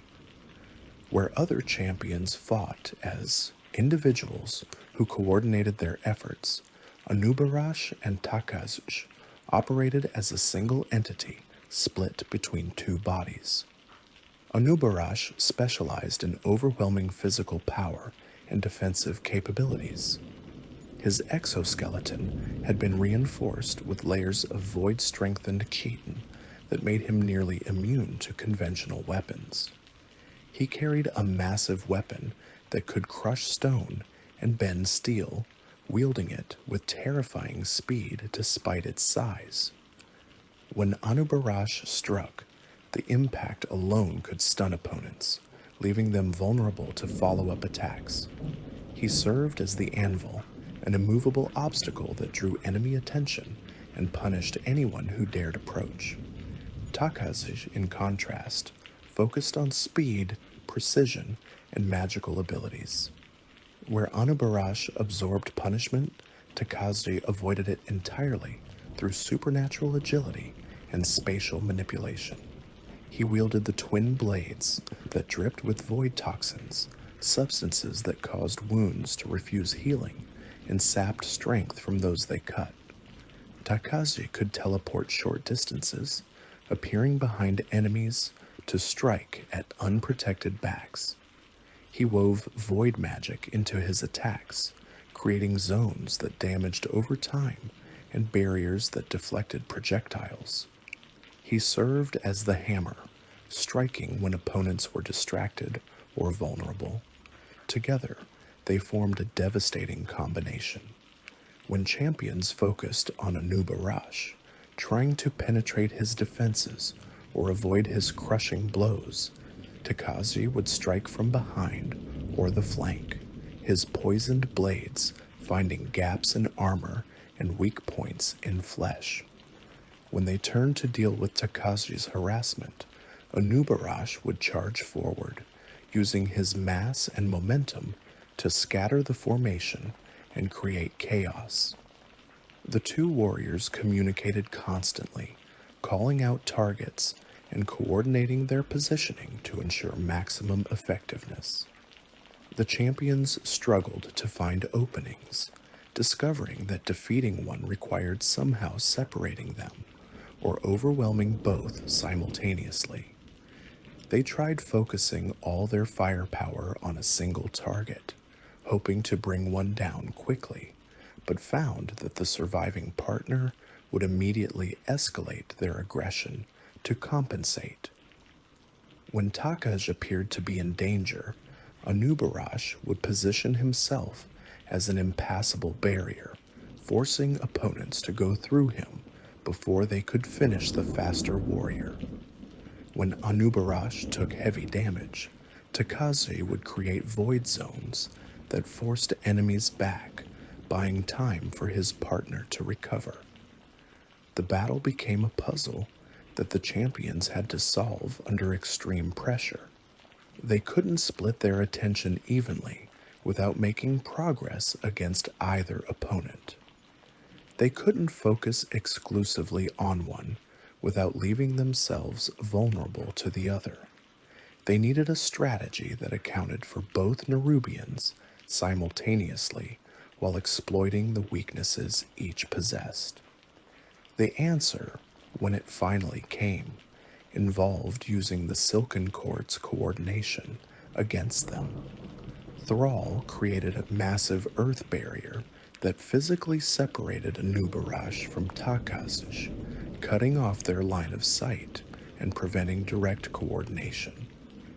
Jaina reinforced this barrier with ice and magical force, making it strong enough to withstand Anub'arash's attempts to smash through. With the pair separated, the champions could engage them as individual threats rather than a unified force. They fought Takaj first, using the barrier to block Anub'arash's attempts to interfere. Once the faster warrior fell, they turned their full attention to the remaining guardian, overwhelming his defenses through concentrated effort. As Anub'arash collapsed, mortally wounded, he called out to his fallen partner. The grief in his voice was unmistakable, transcending species and cultural differences. These warriors had not just been colleagues or fellow soldiers, they had been friends, bound by decades of shared experiences and mutual trust. The champions felt no joy in their victory, only grim satisfaction that they had overcome another obstacle on the path to stopping Xal'atath. Finally, they reached Queen Ansurek herself in the deepest chamber of Nerub-ar Palace. The throne room demonstrated the full extent of void corruption, with reality itself seeming thin and unstable. Xal'atath was present as well, though not as a direct combatant. The Harbinger observed from the shadows, clearly confident that Ansurek would defeat the champions and eliminate this final obstacle to her plans. Queen Ansurek had transformed completely since accepting the Black Blood. She barely resembled a normal Nerubian anymore, having grown to immense size and sprouted additional appendages that writhed with void energy. Her presence inspired primal terror, triggering instinctive fear responses in those who beheld her. When she spoke, her voice carried harmonics that hurt to hear, as if the sound existed simultaneously in multiple dimensions. The battle against Ansurek tested the champions to their absolute limits. The queen wielded void powers with devastating effectiveness, creating zones where healers' abilities failed to function, attacking with projectiles that ignored conventional armor, and summoning void creatures to overwhelm the heroes with numbers. She could teleport short distances, making her difficult to pin down. Her exoskeleton proved incredibly resistant to damage, forcing the attackers to strike specific weak points with precision. As the battle raged, Xal'atath began her ritual. The Harbinger channeled power through ancient old god conduits, sending void energy downward toward Azeroth's Worldsoul. The champions felt the planet itself shudder, sensed the wrongness of what was occurring. They fought with renewed desperation, knowing that they needed to stop both Ansurek and interrupt Xal'atath's ritual simultaneously. The turning point came when Alleria tapped into her own void connection, using her understanding of such corruption to counter Xal'atath's ritual. The ranger pushed herself to dangerous extremes, channeling void energy that threatened to consume her even as she redirected it away from Azeroth's world soul. This desperate gambit created an opening, disrupting Xal'atath's concentration for its crucial moment. Anduin seized that moment. The young king, who had struggled with doubt and trauma since his experiences under the jailer's control, found clarity in crisis. He channeled the light with a purity and intensity he had not achieved since before his corruption, creating a blast of holy energy that struck Xal'atath directly. The Harbinger shrieked in rage and pain, her form destabilizing as light and void energies clashed within her essence. With Xal'atath disrupted, the champions concentrated all their efforts on Queen Ansurek. Thrall called lightning from the stone ceiling, channeling elemental fury into devastating strikes. Jaina froze portions of Ansurek's body, making them brittle and vulnerable. The assembled Earthen and Arathi warriors attacked in coordination, overwhelming the Queen's defenses through sheer determination. Slowly, inexorably, Ansurek weakened. The Queen's death throes were terrible to witness, a combination of physical collapse and spiritual disintegration. As her body failed, the void corruption that sustained her began breaking down, unraveling the modifications that had made her ascended. Her exoskeleton cracked and shattered, pieces falling away to reveal flesh beneath that was neither nerubian nor recognizably anything else. The void energy that had infused her leaked out in wisps of purple-black smoke, dissipating into the air like breath on a cold morning. She screamed accusations at Xal'atath, recognizing too late that she had been used and manipulated. Ansurek's mind cleared in those final moments, the void's influence fading as her connection to it weakened. She saw with terrible clarity what she had become, what she had done to her people, and what price she had paid for power that ultimately served only the void's purposes. The horror and regret in her voice transcended language barriers, communicating emotions that needed no translation. Ansurek cursed the Harbinger even as she died, her final words a warning that Xal'atath would betray everyone, that no one could trust the Void's promises.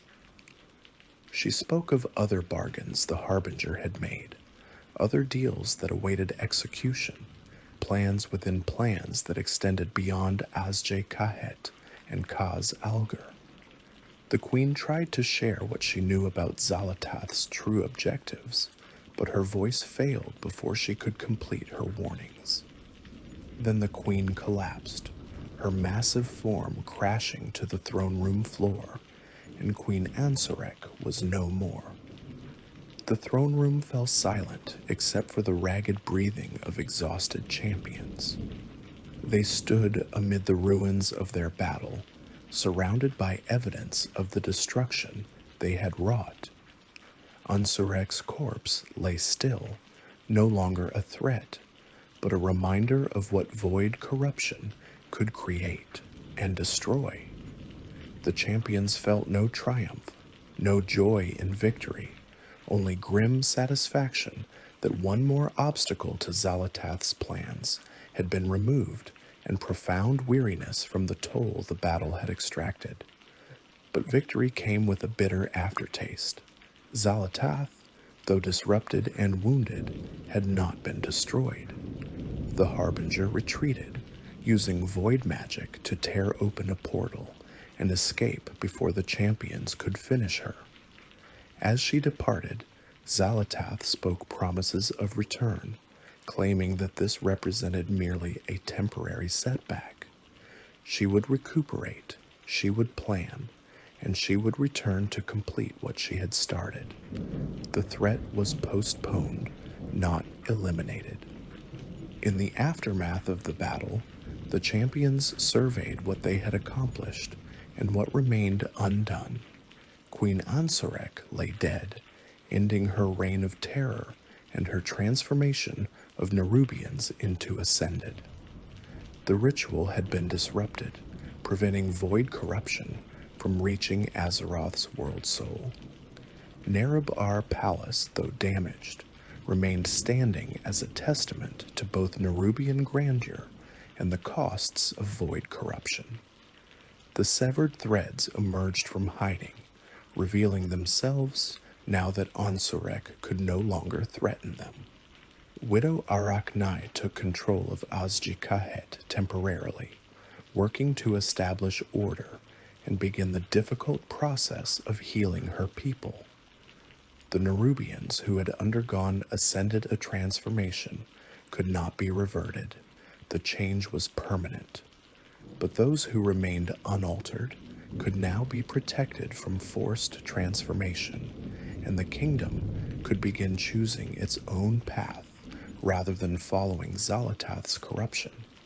The war between Azj-Kahet and Hallowfall did not end immediately. Generations of conflict could not be resolved with a single battle, but with Ansurek's lie about Arathi assassins exposed, with the severed threads controlling the kingdom and advocating for peace, the possibility of eventual reconciliation emerged. Faerun and Arachne began tentative communications, opening dialogue between their peoples for the first time in living memory. The Earthen of Khaz Algar found themselves no longer isolated. The surface world knew of their existence now, and connections had formed between the Earthen and champions from both Horde and Alliance. The Council of Dornogal debated what this meant for their mission and their future. Some Earthen advocated for maintaining isolation, arguing that surface world politics and conflicts should not distract from their Titan-forged duties. Others recognized that Khaz Algar could not remain separate from the wider world, that cooperation and integration offered opportunities for growth and strength. Eventually, the council decided to open Khaz Algar to limited contact with the surface. Select Earthen would travel to other lands, serving as ambassadors and learning about surface civilizations. In exchange, surface worlders who proved themselves trustworthy could visit Khaz Algar, forming relationships and establishing the groundwork for deeper alliances. This decision represented a fundamental shift in Earthen philosophy, acknowledging that the world had changed and they must adapt. Some Earthen chose to go further, accepting invitations to join either the Horde or Alliance as full members. These Earthen became playable characters in their own right, adventurers who left their isolated existence to experience the wider world. They brought their Titan-forged heritage with them, their connection to stone and earth, their unwavering dedication to purpose. Surface races found Earthen to be steadfast allies whose word could be trusted absolutely. The survivors of Dalaran's fall faced difficult decisions about their future. The city had survived the crash, but massive damage would require years to fully repair. Some advocated for remaining in Khaz Algar, rebuilding Dalaran in its new location, and forming closer ties with the Earthen civilization. Others pushed for attempting to restore Dalaran's flight capabilities and returning it to its traditional role as a mobile city of magic. The Kirin Tor debated these options, recognizing that their choice would shape the city's identity for generations. Khadgar's fate remained unknown. Despite extensive searching, no trace of the Archmage appeared. Some believed he had been completely destroyed, his sacrifice preventing worse casualties during Dalaran's crash. Others held hope that he had somehow survived, perhaps transported to another location or another plane of existence by the backlash of his own spell. The uncertainty troubled those who had relied on Khadgar's wisdom and guidance, leaving a leadership void that would need to be filled. For the heroes who had led the expedition, the victory in Khaz Algar brought both satisfaction and concern. They had prevented Xal'atath from corrupting Azeroth's world soul, struck a significant blow against the Harbinger's plans, and forged new alliances that strengthened the forces of order. But Xal'atath herself had escaped, and her threat remained. Worse, her actions suggested larger plans still in motion. The Void would not abandon its goal of consuming Azeroth. It would simply try different approaches. Thrall returned to his people in Durotar, bringing reports of what had transpired and advocating for maintaining strong ties with the Earthen of Khaz Algar. The former war chief had been impressed by the Earthen's dedication and integrity, seeing them as ideal allies for the Horde. He worked to ensure that diplomatic channels remained open and that the Horde would be ready to provide assistance if Khaz Algar faced future threats. Jaina traveled back to Kul Tiras, but her thoughts often returned to Khaz Algar. She had formed genuine friendships with both Earthen and Arathi during the conflict, recognizing kindred spirits in those who carried heavy burdens of leadership.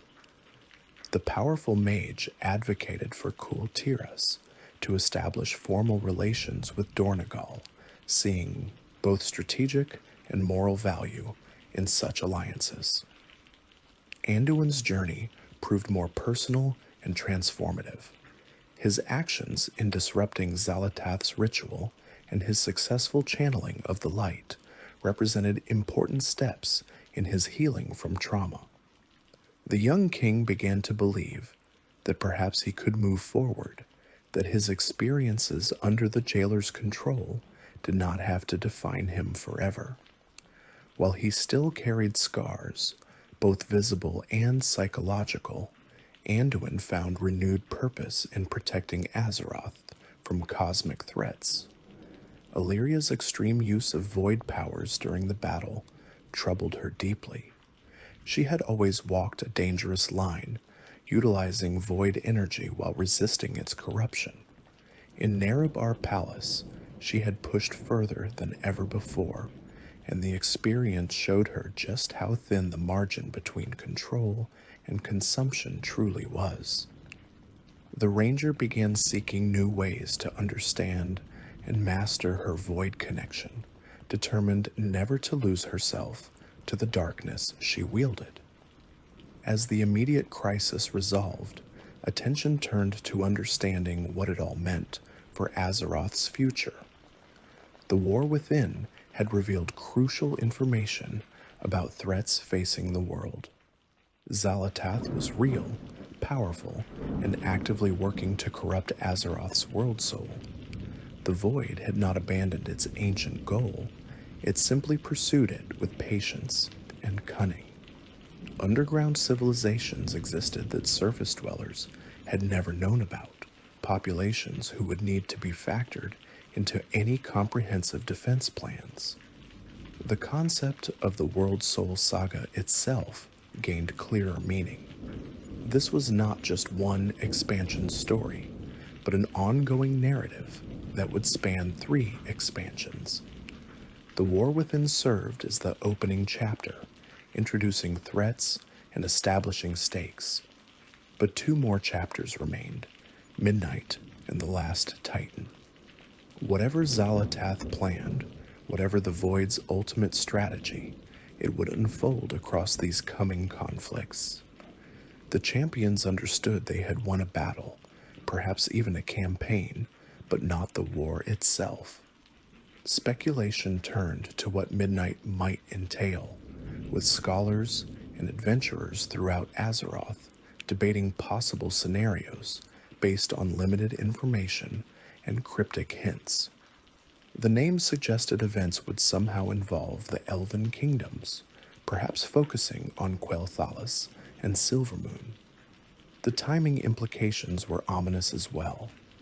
Midnight represented a threshold moment, a transition between one day and the next, darkness at its deepest before dawn potentially broke. Was this metaphorical or literal? Would events unfold during an actual midnight hour, or did the name symbolize Azeroth entering its darkest period? Some theorized that Xal'atath might target the Sunwell, seeking to corrupt that font of magical power for her own purposes. The Sunwell represented one of Azeroth's greatest concentrations of magical energy, a source of power that sustained the Blood Elf people and served as a symbol of their resilience. If the Void could corrupt the Sunwell, transforming it from a font of life and magic into a channel for entropic energy, the consequences would extend far beyond Quel'Thalas. Such corruption might create a permanent void breach in the heart of the Eastern Kingdoms, a wound through which darkness could pour indefinitely. Others suggested the expansion might explore the Void Elves more deeply, examining how former Blood Elves transformed into beings of void energy and what that meant for their future. The Void Elves represented a paradox, beings who wielded void power but fought for the light's cause. They walked the same dangerous line that Alleria balanced on, using corruption as a weapon while resisting its influence on their minds and souls. Perhaps Midnight would reveal that this balance was unsustainable, that Void Elves faced an inevitable choice between fully embracing their dark nature or finding some way to purge it completely. Some scholars proposed even darker possibilities. What if Midnight referred not to Azeroth's midnight, but to the universe itself reaching a critical point? The cosmic forces, light and void, had battled across countless worlds and dimensions for eons. Perhaps Midnight represented a prophesied moment when their conflict would reach culmination, when the balance that allowed reality to exist would tip irrevocably toward one side or the other. If so, events on Azeroth might prove to be merely one front in a far larger war spanning the cosmos. The Last Titan, the trilogy's conclusion, presumably would involve direct confrontation with Azeroth's Worldsoul and would resolve the fundamental question driving the entire saga. Perhaps the nascent Titan would finally awaken, requiring heroes to defend it during its most vulnerable moment. An awakening Titan would be immensely powerful, but also inexperienced and potentially disoriented. It might not understand the threats it faced or how to defend against them. Champions would need to serve as guardians and guides, helping the newborn Titan navigate its first moments of consciousness while fending off void attacks. Or maybe the Titans themselves would return, coming back to Azeroth to ensure their greatest world soul survived the void's machinations. The Titans had departed ages ago to continue ordering other worlds, leaving their creations to maintain what had been built. But if Azeroth's world soul faced imminent corruption, the Titans might abandon their other projects to personally defend the planet that represented their greatest achievement. Such a return would bring beings of cosmic power to Azeroth, entities who could reshape continents with casual gestures and who viewed time in spans of millennia. The name suggested grand cosmic stakes, a finale that would determine not just Azeroth's fate, but potentially the entire universe's balance. Scholars noted that the last Titan could be interpreted multiple ways, each interpretation carrying different implications. Did it mean the final Titan that would ever be created, suggesting that Azeroth's world soul represented the Titan's ultimate project? Did it refer to the last surviving Titan after some catastrophic conflict claimed the others? Or did it indicate the lone Titan who would stand against an overwhelming threat, the final defender when all others had fallen? Some proposed that the last Titan might not refer to Azeroth's world soul at all, but to a corrupted or void-touched Titan that heroes would have to face. If Xal'atath succeeded in corrupting a world soul somewhere in the cosmos, the resulting Dark Titan would possess power that dwarfed anything Azeroth's champions had previously encountered. Fighting such an entity would require not just personal skill and courage, but coordinated efforts involving entire civilizations and alliances spanning all of Azeroth's races.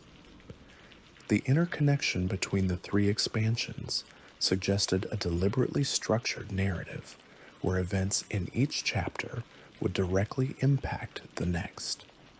The relationships forged in the war within between surface races and the Earthen between Hallowfall and Azj-Kahet would presumably play crucial roles in Midnight and the Last Titan. The knowledge gained about void corruption and how to resist it would become essential in future conflicts. The personal growth of key champions, like Anduin, learning to move past trauma and rediscover purpose, would enable them to face even greater challenges ahead. This structured storytelling represented a shift in how World of Warcraft approached its narratives. Previous expansions had been largely self-contained stories with connections to past events but clear beginnings and endings. The Worldsoul Saga instead committed to a multi-year, interconnected narrative that required investment and attention across years of content. Players who experienced all three expansions would witness a complete arc, watching threats introduced in the war within reaching resolution in the Last Titan. The approach carried risks. If later expansions failed to deliver satisfying conclusions, or if real-world circumstances forced changes to the planned narrative, the entire saga might feel incomplete or poorly executed. But it also offered opportunities for depth and complexity impossible in self-contained stories. Characters could develop gradually across years, rather than rushing through compressed arcs. Threats could be established and built up carefully, creating genuine investment and concern about their resolution.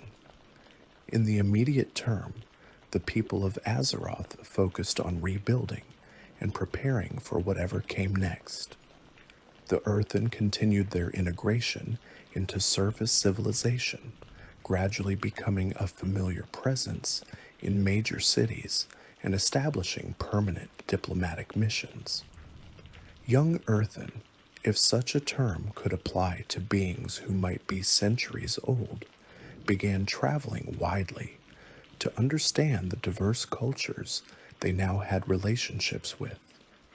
Some became merchants, others scholars, a few even adventurers seeking to experience the kind of dynamic change their isolated existence in Khaz Algar had never provided.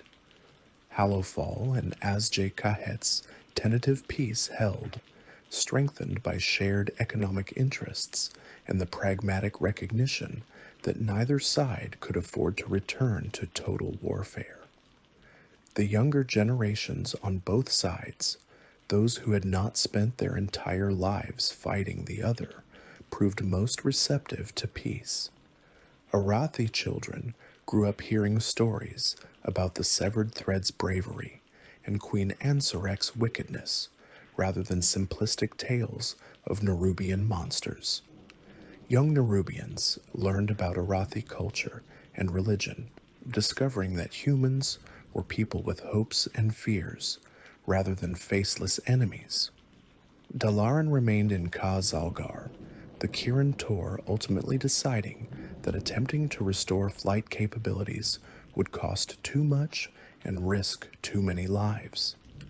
Instead, they rebuilt the city in its new location, creating a unique hybrid settlement where human architecture integrated with Earthen engineering principles.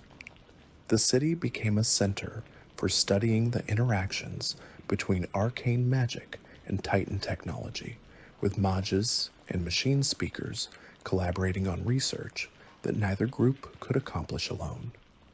The mystery of Khadgar's fate gnawed at those who had known him, a persistent uncertainty that refused to resolve. Some claimed to have seen glimpses of the Archmage in their dreams or scrying, always distant and unreachable. Others reported strange magical phenomena that bore his signature style, suggesting he might exist somewhere, but remain unable or unwilling to return. The Kirin Tor officially listed him as missing rather than dead, maintaining hope, however faint, that someday their leader might come back. In the meantime, life continued.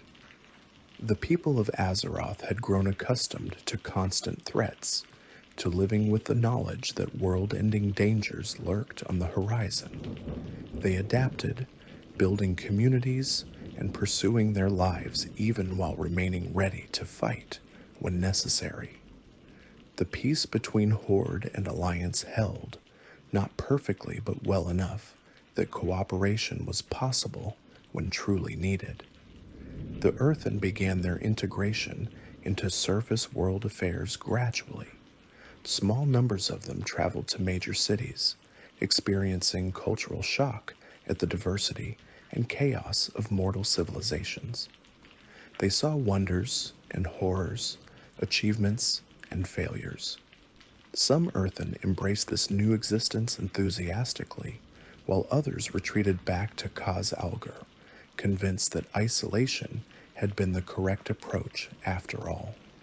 But overall, the experiment in integration proceeded successfully, with both Earthen and surface races learning from each other. In Hallowfall, the Arathi continued their vigilance, but with new hope. The possibility of peace with Azj-Kahet meant their children might know lives free from constant warfare. Farron threw herself into diplomatic efforts, working with Widow Arachne to build trust between their peoples. The process proved frustratingly slow, with setbacks and miscommunications threatening progress. But both leaders remained committed, understanding that peace required patience and persistent effort. Azj-Kahet itself entered a period of significant transformation.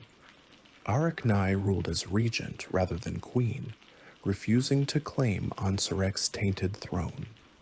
She worked to establish a council system of governance, distributing power among multiple Nerubian leaders, rather than concentrating it in a single individual. This represented a radical departure from traditional Nerubian society, but Arachne believed it necessary to prevent future abuses of power.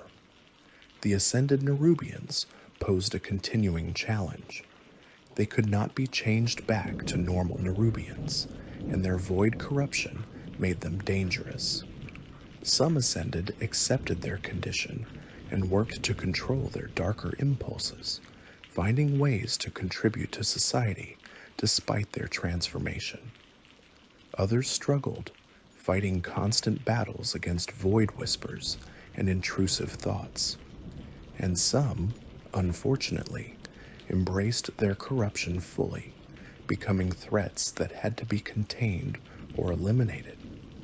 The black blood pools deep beneath Azj-Kahet required securing. Arachne worked with Earthen machine speakers to seal these ancient sources of corruption, preventing anyone from accessing them for transformation purposes.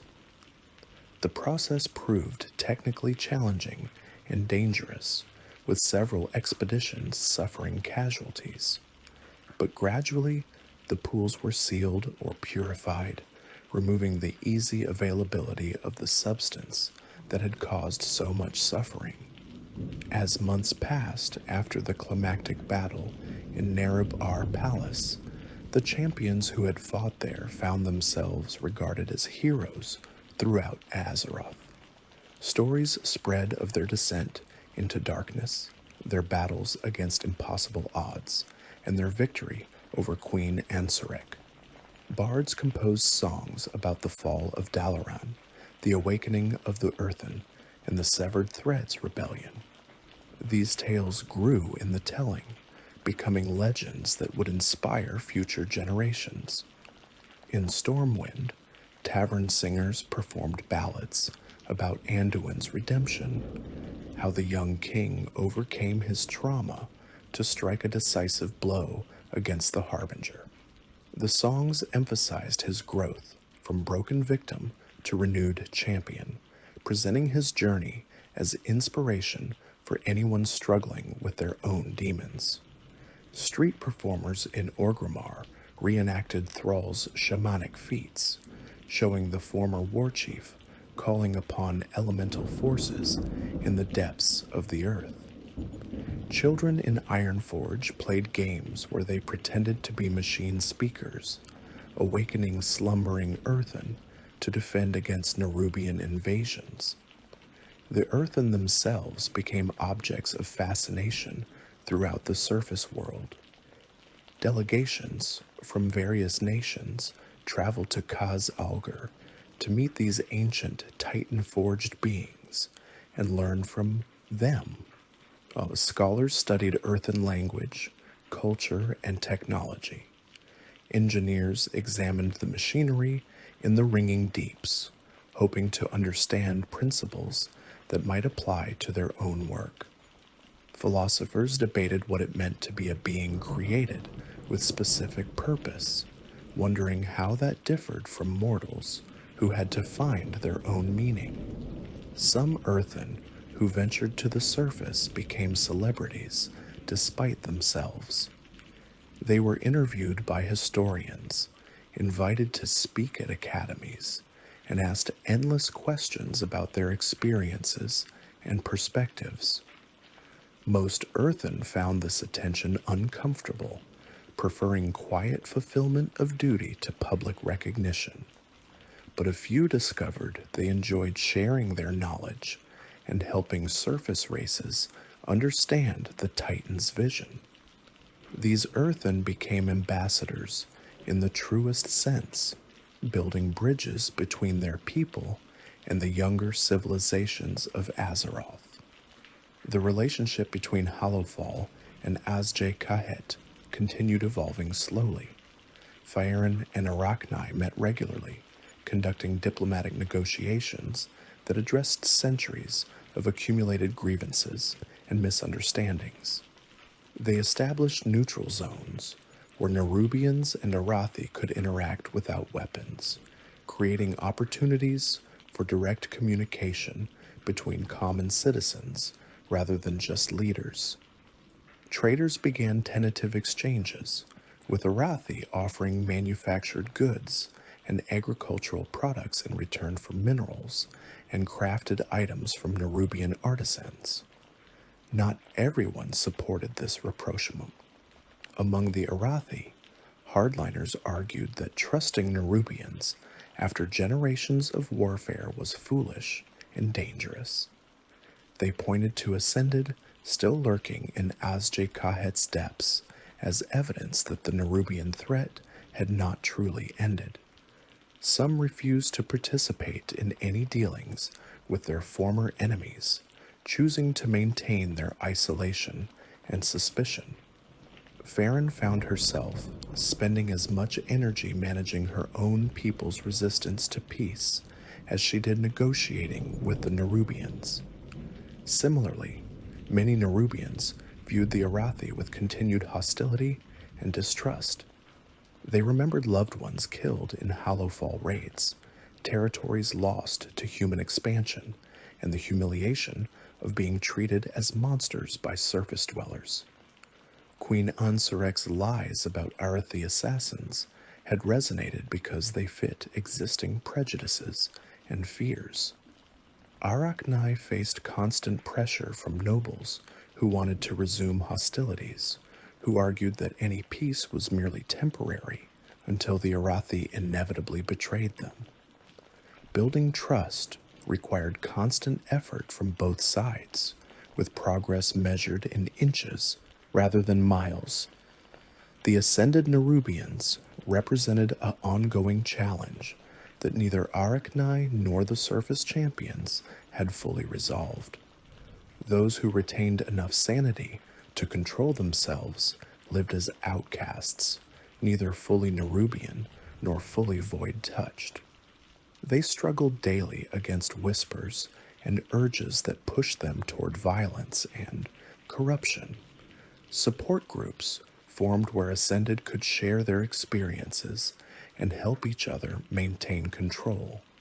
Some found purpose in using their enhanced abilities for constructive ends, employing void-augmented strength for mining or construction work. Others volunteered to guard dangerous regions where their corruption made them immune to environmental hazards that would kill normal Nerubians. But not all Ascended maintained control. Some succumbed fully to void influence, becoming threats that had to be hunted down and contained or destroyed. These fallen Ascended retreated into the deepest, most remote passages of Azj-Kahet, creating territories where void corruption ran wild and reality grew unstable. Specialized teams of Nerubian hunters worked constantly to track these dangerous individuals and prevent them from harming others. It was a grim work that offered little glory and constant danger, but someone had to do it. The black blood pools deep beneath Azj-Kahet required extensive efforts to secure. Earthen machine speakers worked alongside Nerubian sorcerers to develop sealing techniques that could contain the substance without destroying it completely. Complete destruction proved impossible. The black blood was too deeply connected to the old god corruption that permeated certain geological formations. Instead, they focused on making the pools inaccessible, sealing them behind layers of stone and magical barriers that would alert defenders if anyone attempted to breach them. This work proved dangerous and costly. Several expeditions suffered casualties when they encountered pockets of concentrated void energy or triggered dormant defensive mechanisms left by the old gods. Some workers were exposed to black blood despite precautions, requiring emergency treatment or forced transformation into Ascended. The sealing project took months and consumed enormous resources, but everyone involved understood its necessity. As long as black blood remained accessible, the temptation to use it would persist. But those who had actually fought in Khaz Algar knew the truth was more complex than legends admitted. They remembered the fear they felt facing ascended Nerubians in the darkness. They recalled the desperation as Xal'atath's ritual nearly succeeded. They knew how close they had come to failure, how many times luck or circumstance saved them rather than skill or power. And they understood that their victory was incomplete, that the real threat still lurked out there, planning and preparing. The champions gathered privately several months after their triumph, meeting away from public attention to discuss what they had learned and what they feared. Thrall spoke of disturbing reports from shamans across Azeroth, who sensed growing imbalances in elemental forces that suggested void influence spreading through hidden channels. Jaina shared intelligence from Kultiris maritime patrols, who had observed strange phenomena on remote islands that resembled void corruption. Alleria described nightmares that felt less like dreams and more like messages, visions of Xal'atath planning her return with renewed determination. Anduin, still recovering from both physical and psychological wounds, expressed his concern that the Void's patience meant it could simply wait for the current generation of heroes to age and die before making another attempt. The champions who had defeated Ansurek would not live forever. Most were already aging, their bodies bearing the accumulated damage of decades of combat. In another 20 or 30 years, many would be too old to fight effectively. Would the next generation be ready when Xal'atath returned? Would they understand the threat and possess the skills necessary to face it? The meeting concluded without easy answers or comfortable reassurances.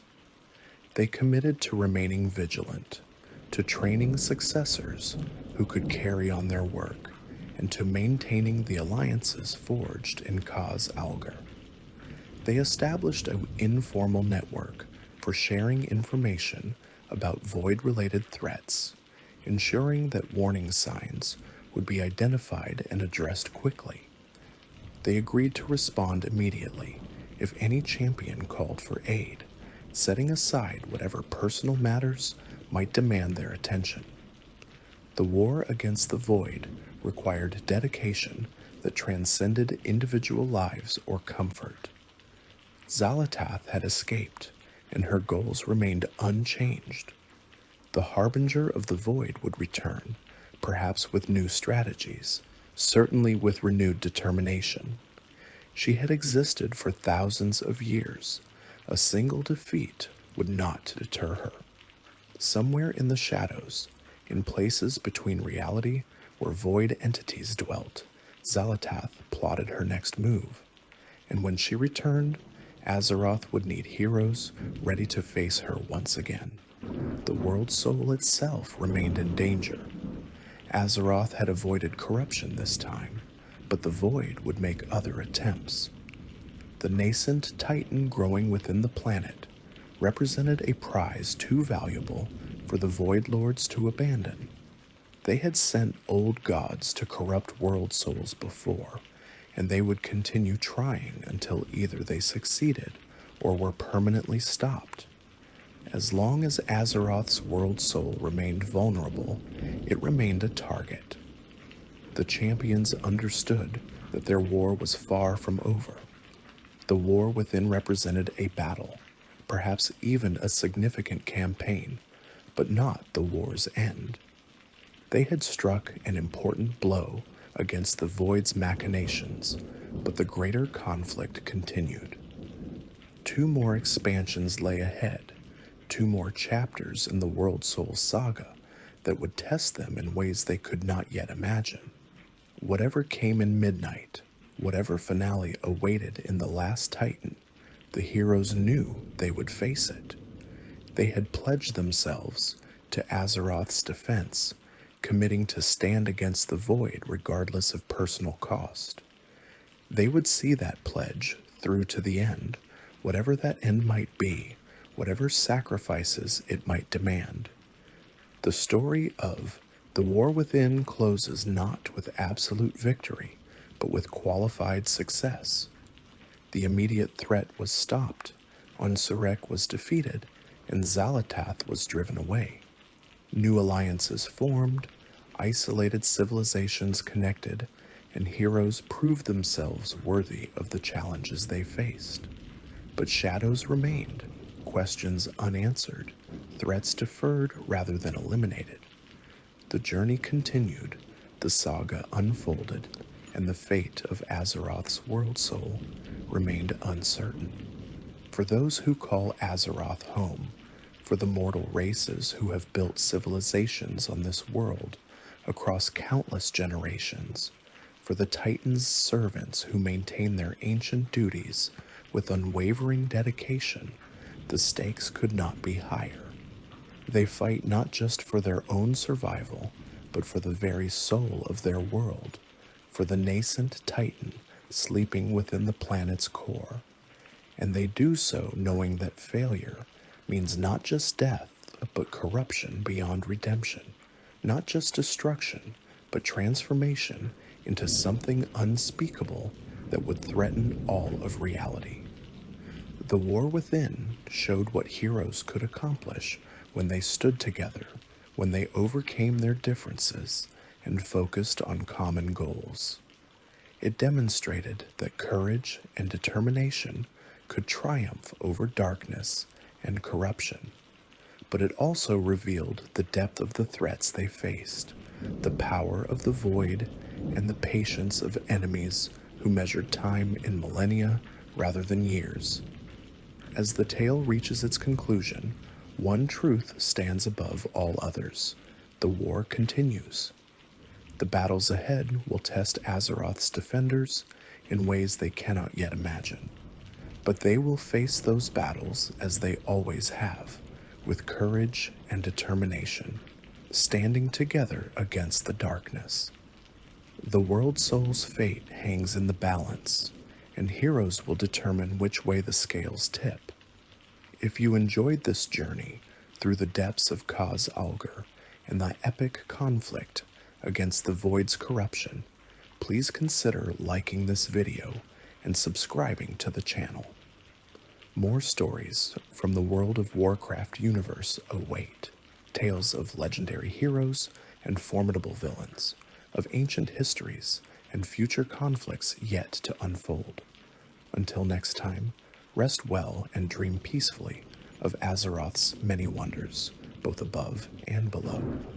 The War Within story reminds us that evil often lurks not in obvious places, but in shadows and depths we forget to watch. It teaches that corruption can wear appealing faces, offering power and glory while concealing true costs. And it demonstrates that victory requires not just strength and skill, but also cooperation, trust, and the willingness to stand against darkness even when the odds seem impossible. This expansion explored themes of hidden threats and unexpected allies. Khaz Algar itself represented a world beneath the world, an entire civilization existing unknown to surface dwellers until crisis forced contact. The Earthen embodied dedication to purpose sustained across thousands of years, showing what commitment looks like when extended beyond mortal lifespans. The Arathi demonstrated how isolated communities can diverge from their origins while maintaining core identity. The Nerubians illustrated how desperation can make people vulnerable to manipulation, how the desire to restore past glory can lead to accepting corruption that destroys what made that glory possible. Xal'atath stands as one of Warcraft's most intriguing villains. Unlike demons who rage with obvious malice, or old gods who represent incomprehensible cosmic horror, she operates with intelligence, patience, and clear methodology. She makes bargains, offers power, and exploits people's weaknesses, rather than simply attacking with overwhelming force. This makes her both more relatable and more dangerous than purely monstrous antagonists. People can imagine themselves in positions where her offers might seem tempting, where the costs might appear acceptable in desperate circumstances. Queen Ansurek's tragedy lay in how understandable her motivations were. She wanted to restore her people to greatness, to reverse the decline that threatened to make Nerubians an extinct footnote in history. These were legitimate concerns, real problems that deserved solutions. But her impatience and ambition led her to accept solutions that were worse than the problems they addressed. She sacrificed her people's souls to enhance their power, traded their freedom for the Void's gifts, and destroyed the wisdom that might have found better answers. Her story serves as cautionary tale about how noble goals can be corrupted by ignoble methods. The severed threads represented resistance and the courage to stand against corrupt authority, even when doing so meant risking everything. Widow Arachne and her followers could have accepted Ansurek's rule, gone along with the transformation, and lived relatively safely under the new regime. Instead, they chose to fight for what they believed was right, operating in secret while knowing discovery meant death. Their rebellion showed that even in the darkest circumstances, individuals can choose resistance over compliance, principle over survival. The champions who defeated Ansurek each carried their own burdens and found their own forms of redemption in Khaz Algar. Anduin's journey was perhaps most explicit, moving from trauma victim to renewed champion through facing and overcoming his fears. But the others also grew. Thrall reaffirmed his role as bridge builder between cultures, using diplomatic skills as much as shamanic power. Jaina found common ground with Farron, recognizing kindred spirits across cultural divides. Alleria confronted the limits of her void connection and survived, understanding better what risks she took each time she wielded such power. The relationships forged during the campaign will shape Azeroth's future in ways that cannot yet be fully understood. The Earthen integration brings ancient knowledge and Titan technology into contact with younger civilizations' creativity and adaptability. The Hallowfall Azj-Kahet peace attempts something unprecedented, reconciling peoples who spent generations viewing each other as mortal enemies. Dalaran's relocation creates a new center of learning that combines magical traditions with engineering principles that have sustained for millennia. These developments matter not just for their immediate benefits, but for establishing patterns and precedents. If Earthen can integrate successfully into surface society, it suggests other isolated or hidden populations might do the same. If Arathi and Nerubians can find peace, perhaps other ancient conflicts might also be resolved through dialogue rather than warfare. If Dalaran can adapt to dramatic change and find opportunities in disaster, it demonstrates resilience that other cities and institutions can emulate. As you drift toward sleep, remember the heroes who ventured into Khaz Algar's depths. Remember Thrall's wisdom, Jaina's determination, Anduin's healing, and Alleria's sacrifice. Remember the Earthen's steadfast duty, the Arathi's resilient survival, and the severed thread's brave rebellion.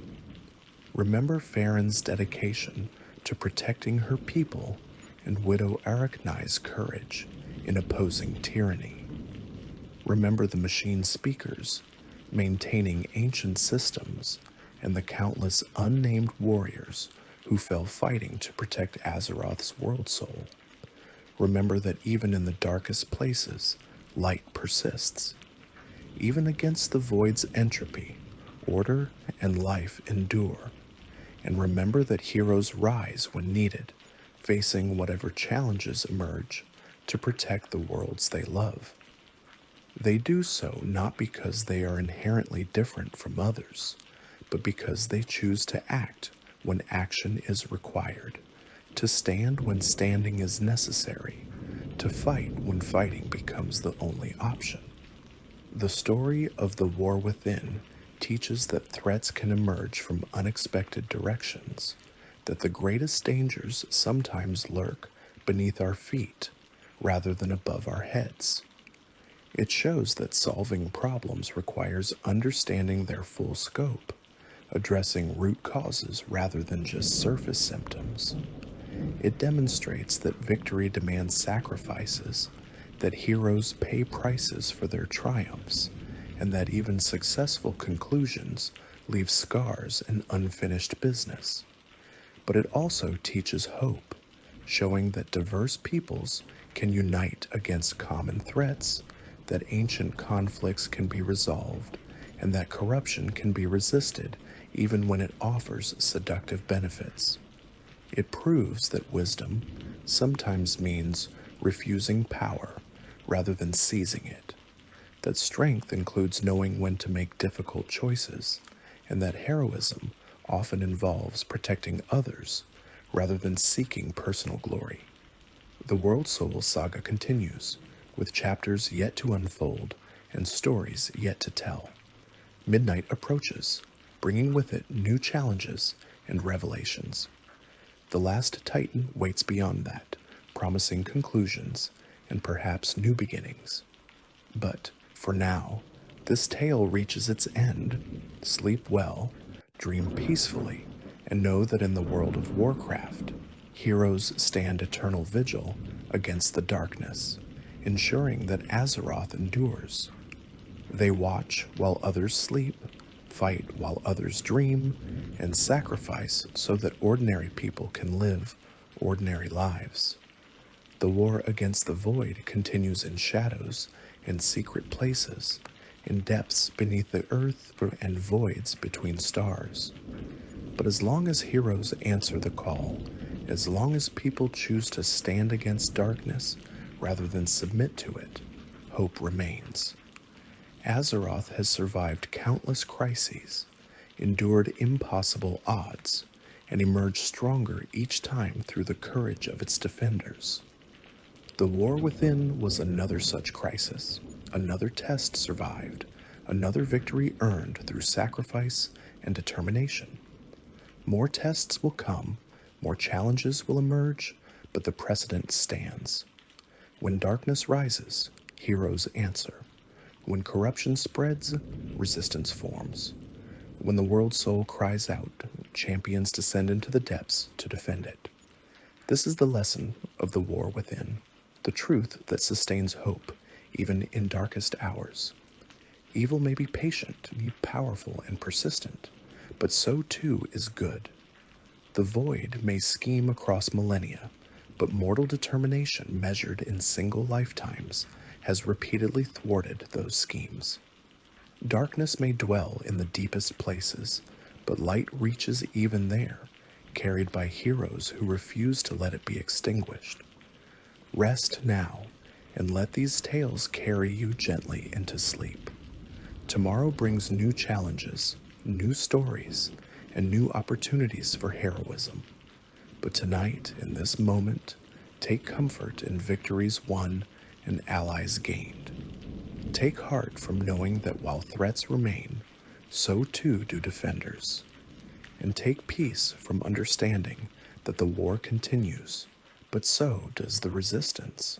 Good night, and may your dreams be free from the shadows that the heroes of the war within fought so hard to banish.